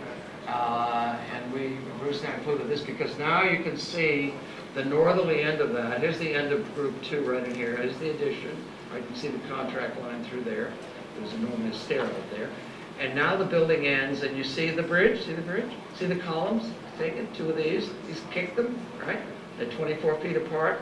And here's the trough, the water trough is the best I can make of it. And here's the reflecting pool. I only learned of this last week, and so here we are 40 years later, I'm still learning about what Rudolph did on this campus. There it is again. But I swear that one of the reasons he did this, one reason I feel is that he might have wanted to obscure the tower behind it, that he finally couldn't have, only had some part, something to do with it, wasn't totally it. But I don't think that was it at all. I think it was all about getting this campus to the pond. Where are we? Are we finished? No, we're not finished. I'm back in the flights here. This is one of the sketches he brought up. It's an early sketch of the campus. You can see the columns very, very early. This is probably middle of 1963. He's just been hired, and he's got an itinerary from his office. You see it from Mr. Rudolph. Mr. Paul Rudolph, the typewriter is working very well. But anyway, he flips it over and he designs the campus. So pretty simple. And there's another beautiful sketch by him. That's him showing the columns coming up and engaging the 3rd floor. How the 3rd floor really is a full floor, becomes the cornice of the buildings. Another sketch, I don't know where, but here's a sketch of one of the lounges that he's working on. Great drawing. We had so many of these. These are such beautiful drawings. And here you see it again. This 1st floor, which is engaged, only the colonnade would be here. 2nd, where this thing is coming out a bit more. 3rd, the floor is stepping on even more. And finally here, the roof, the column is finally stopped. At each point, the floor is stepping further, so that the capping floor, the 3rd floor, really does terminate the building. Here's the devil made me do it. Seating areas here. You can see those whipping around here, right? Actually, those are planters. These are stairs, and those are planters, but these eventually become seats with them. And believe me, it has everything to do with crossing the campus diagonally and then hooking them like a fish hook through 45s so you can sit in a comfortable, kind of friendly way. So tell the kids all of it so they knock it off with that stuff. Some more sketches of the auditorium, some early sketches that he brought along. And they're just wonderful drawings to see. End of slide. Shall I back up? Are we done? We're done. Are we done, Bruce? We're all done. We're all done. Thanks. That was easy.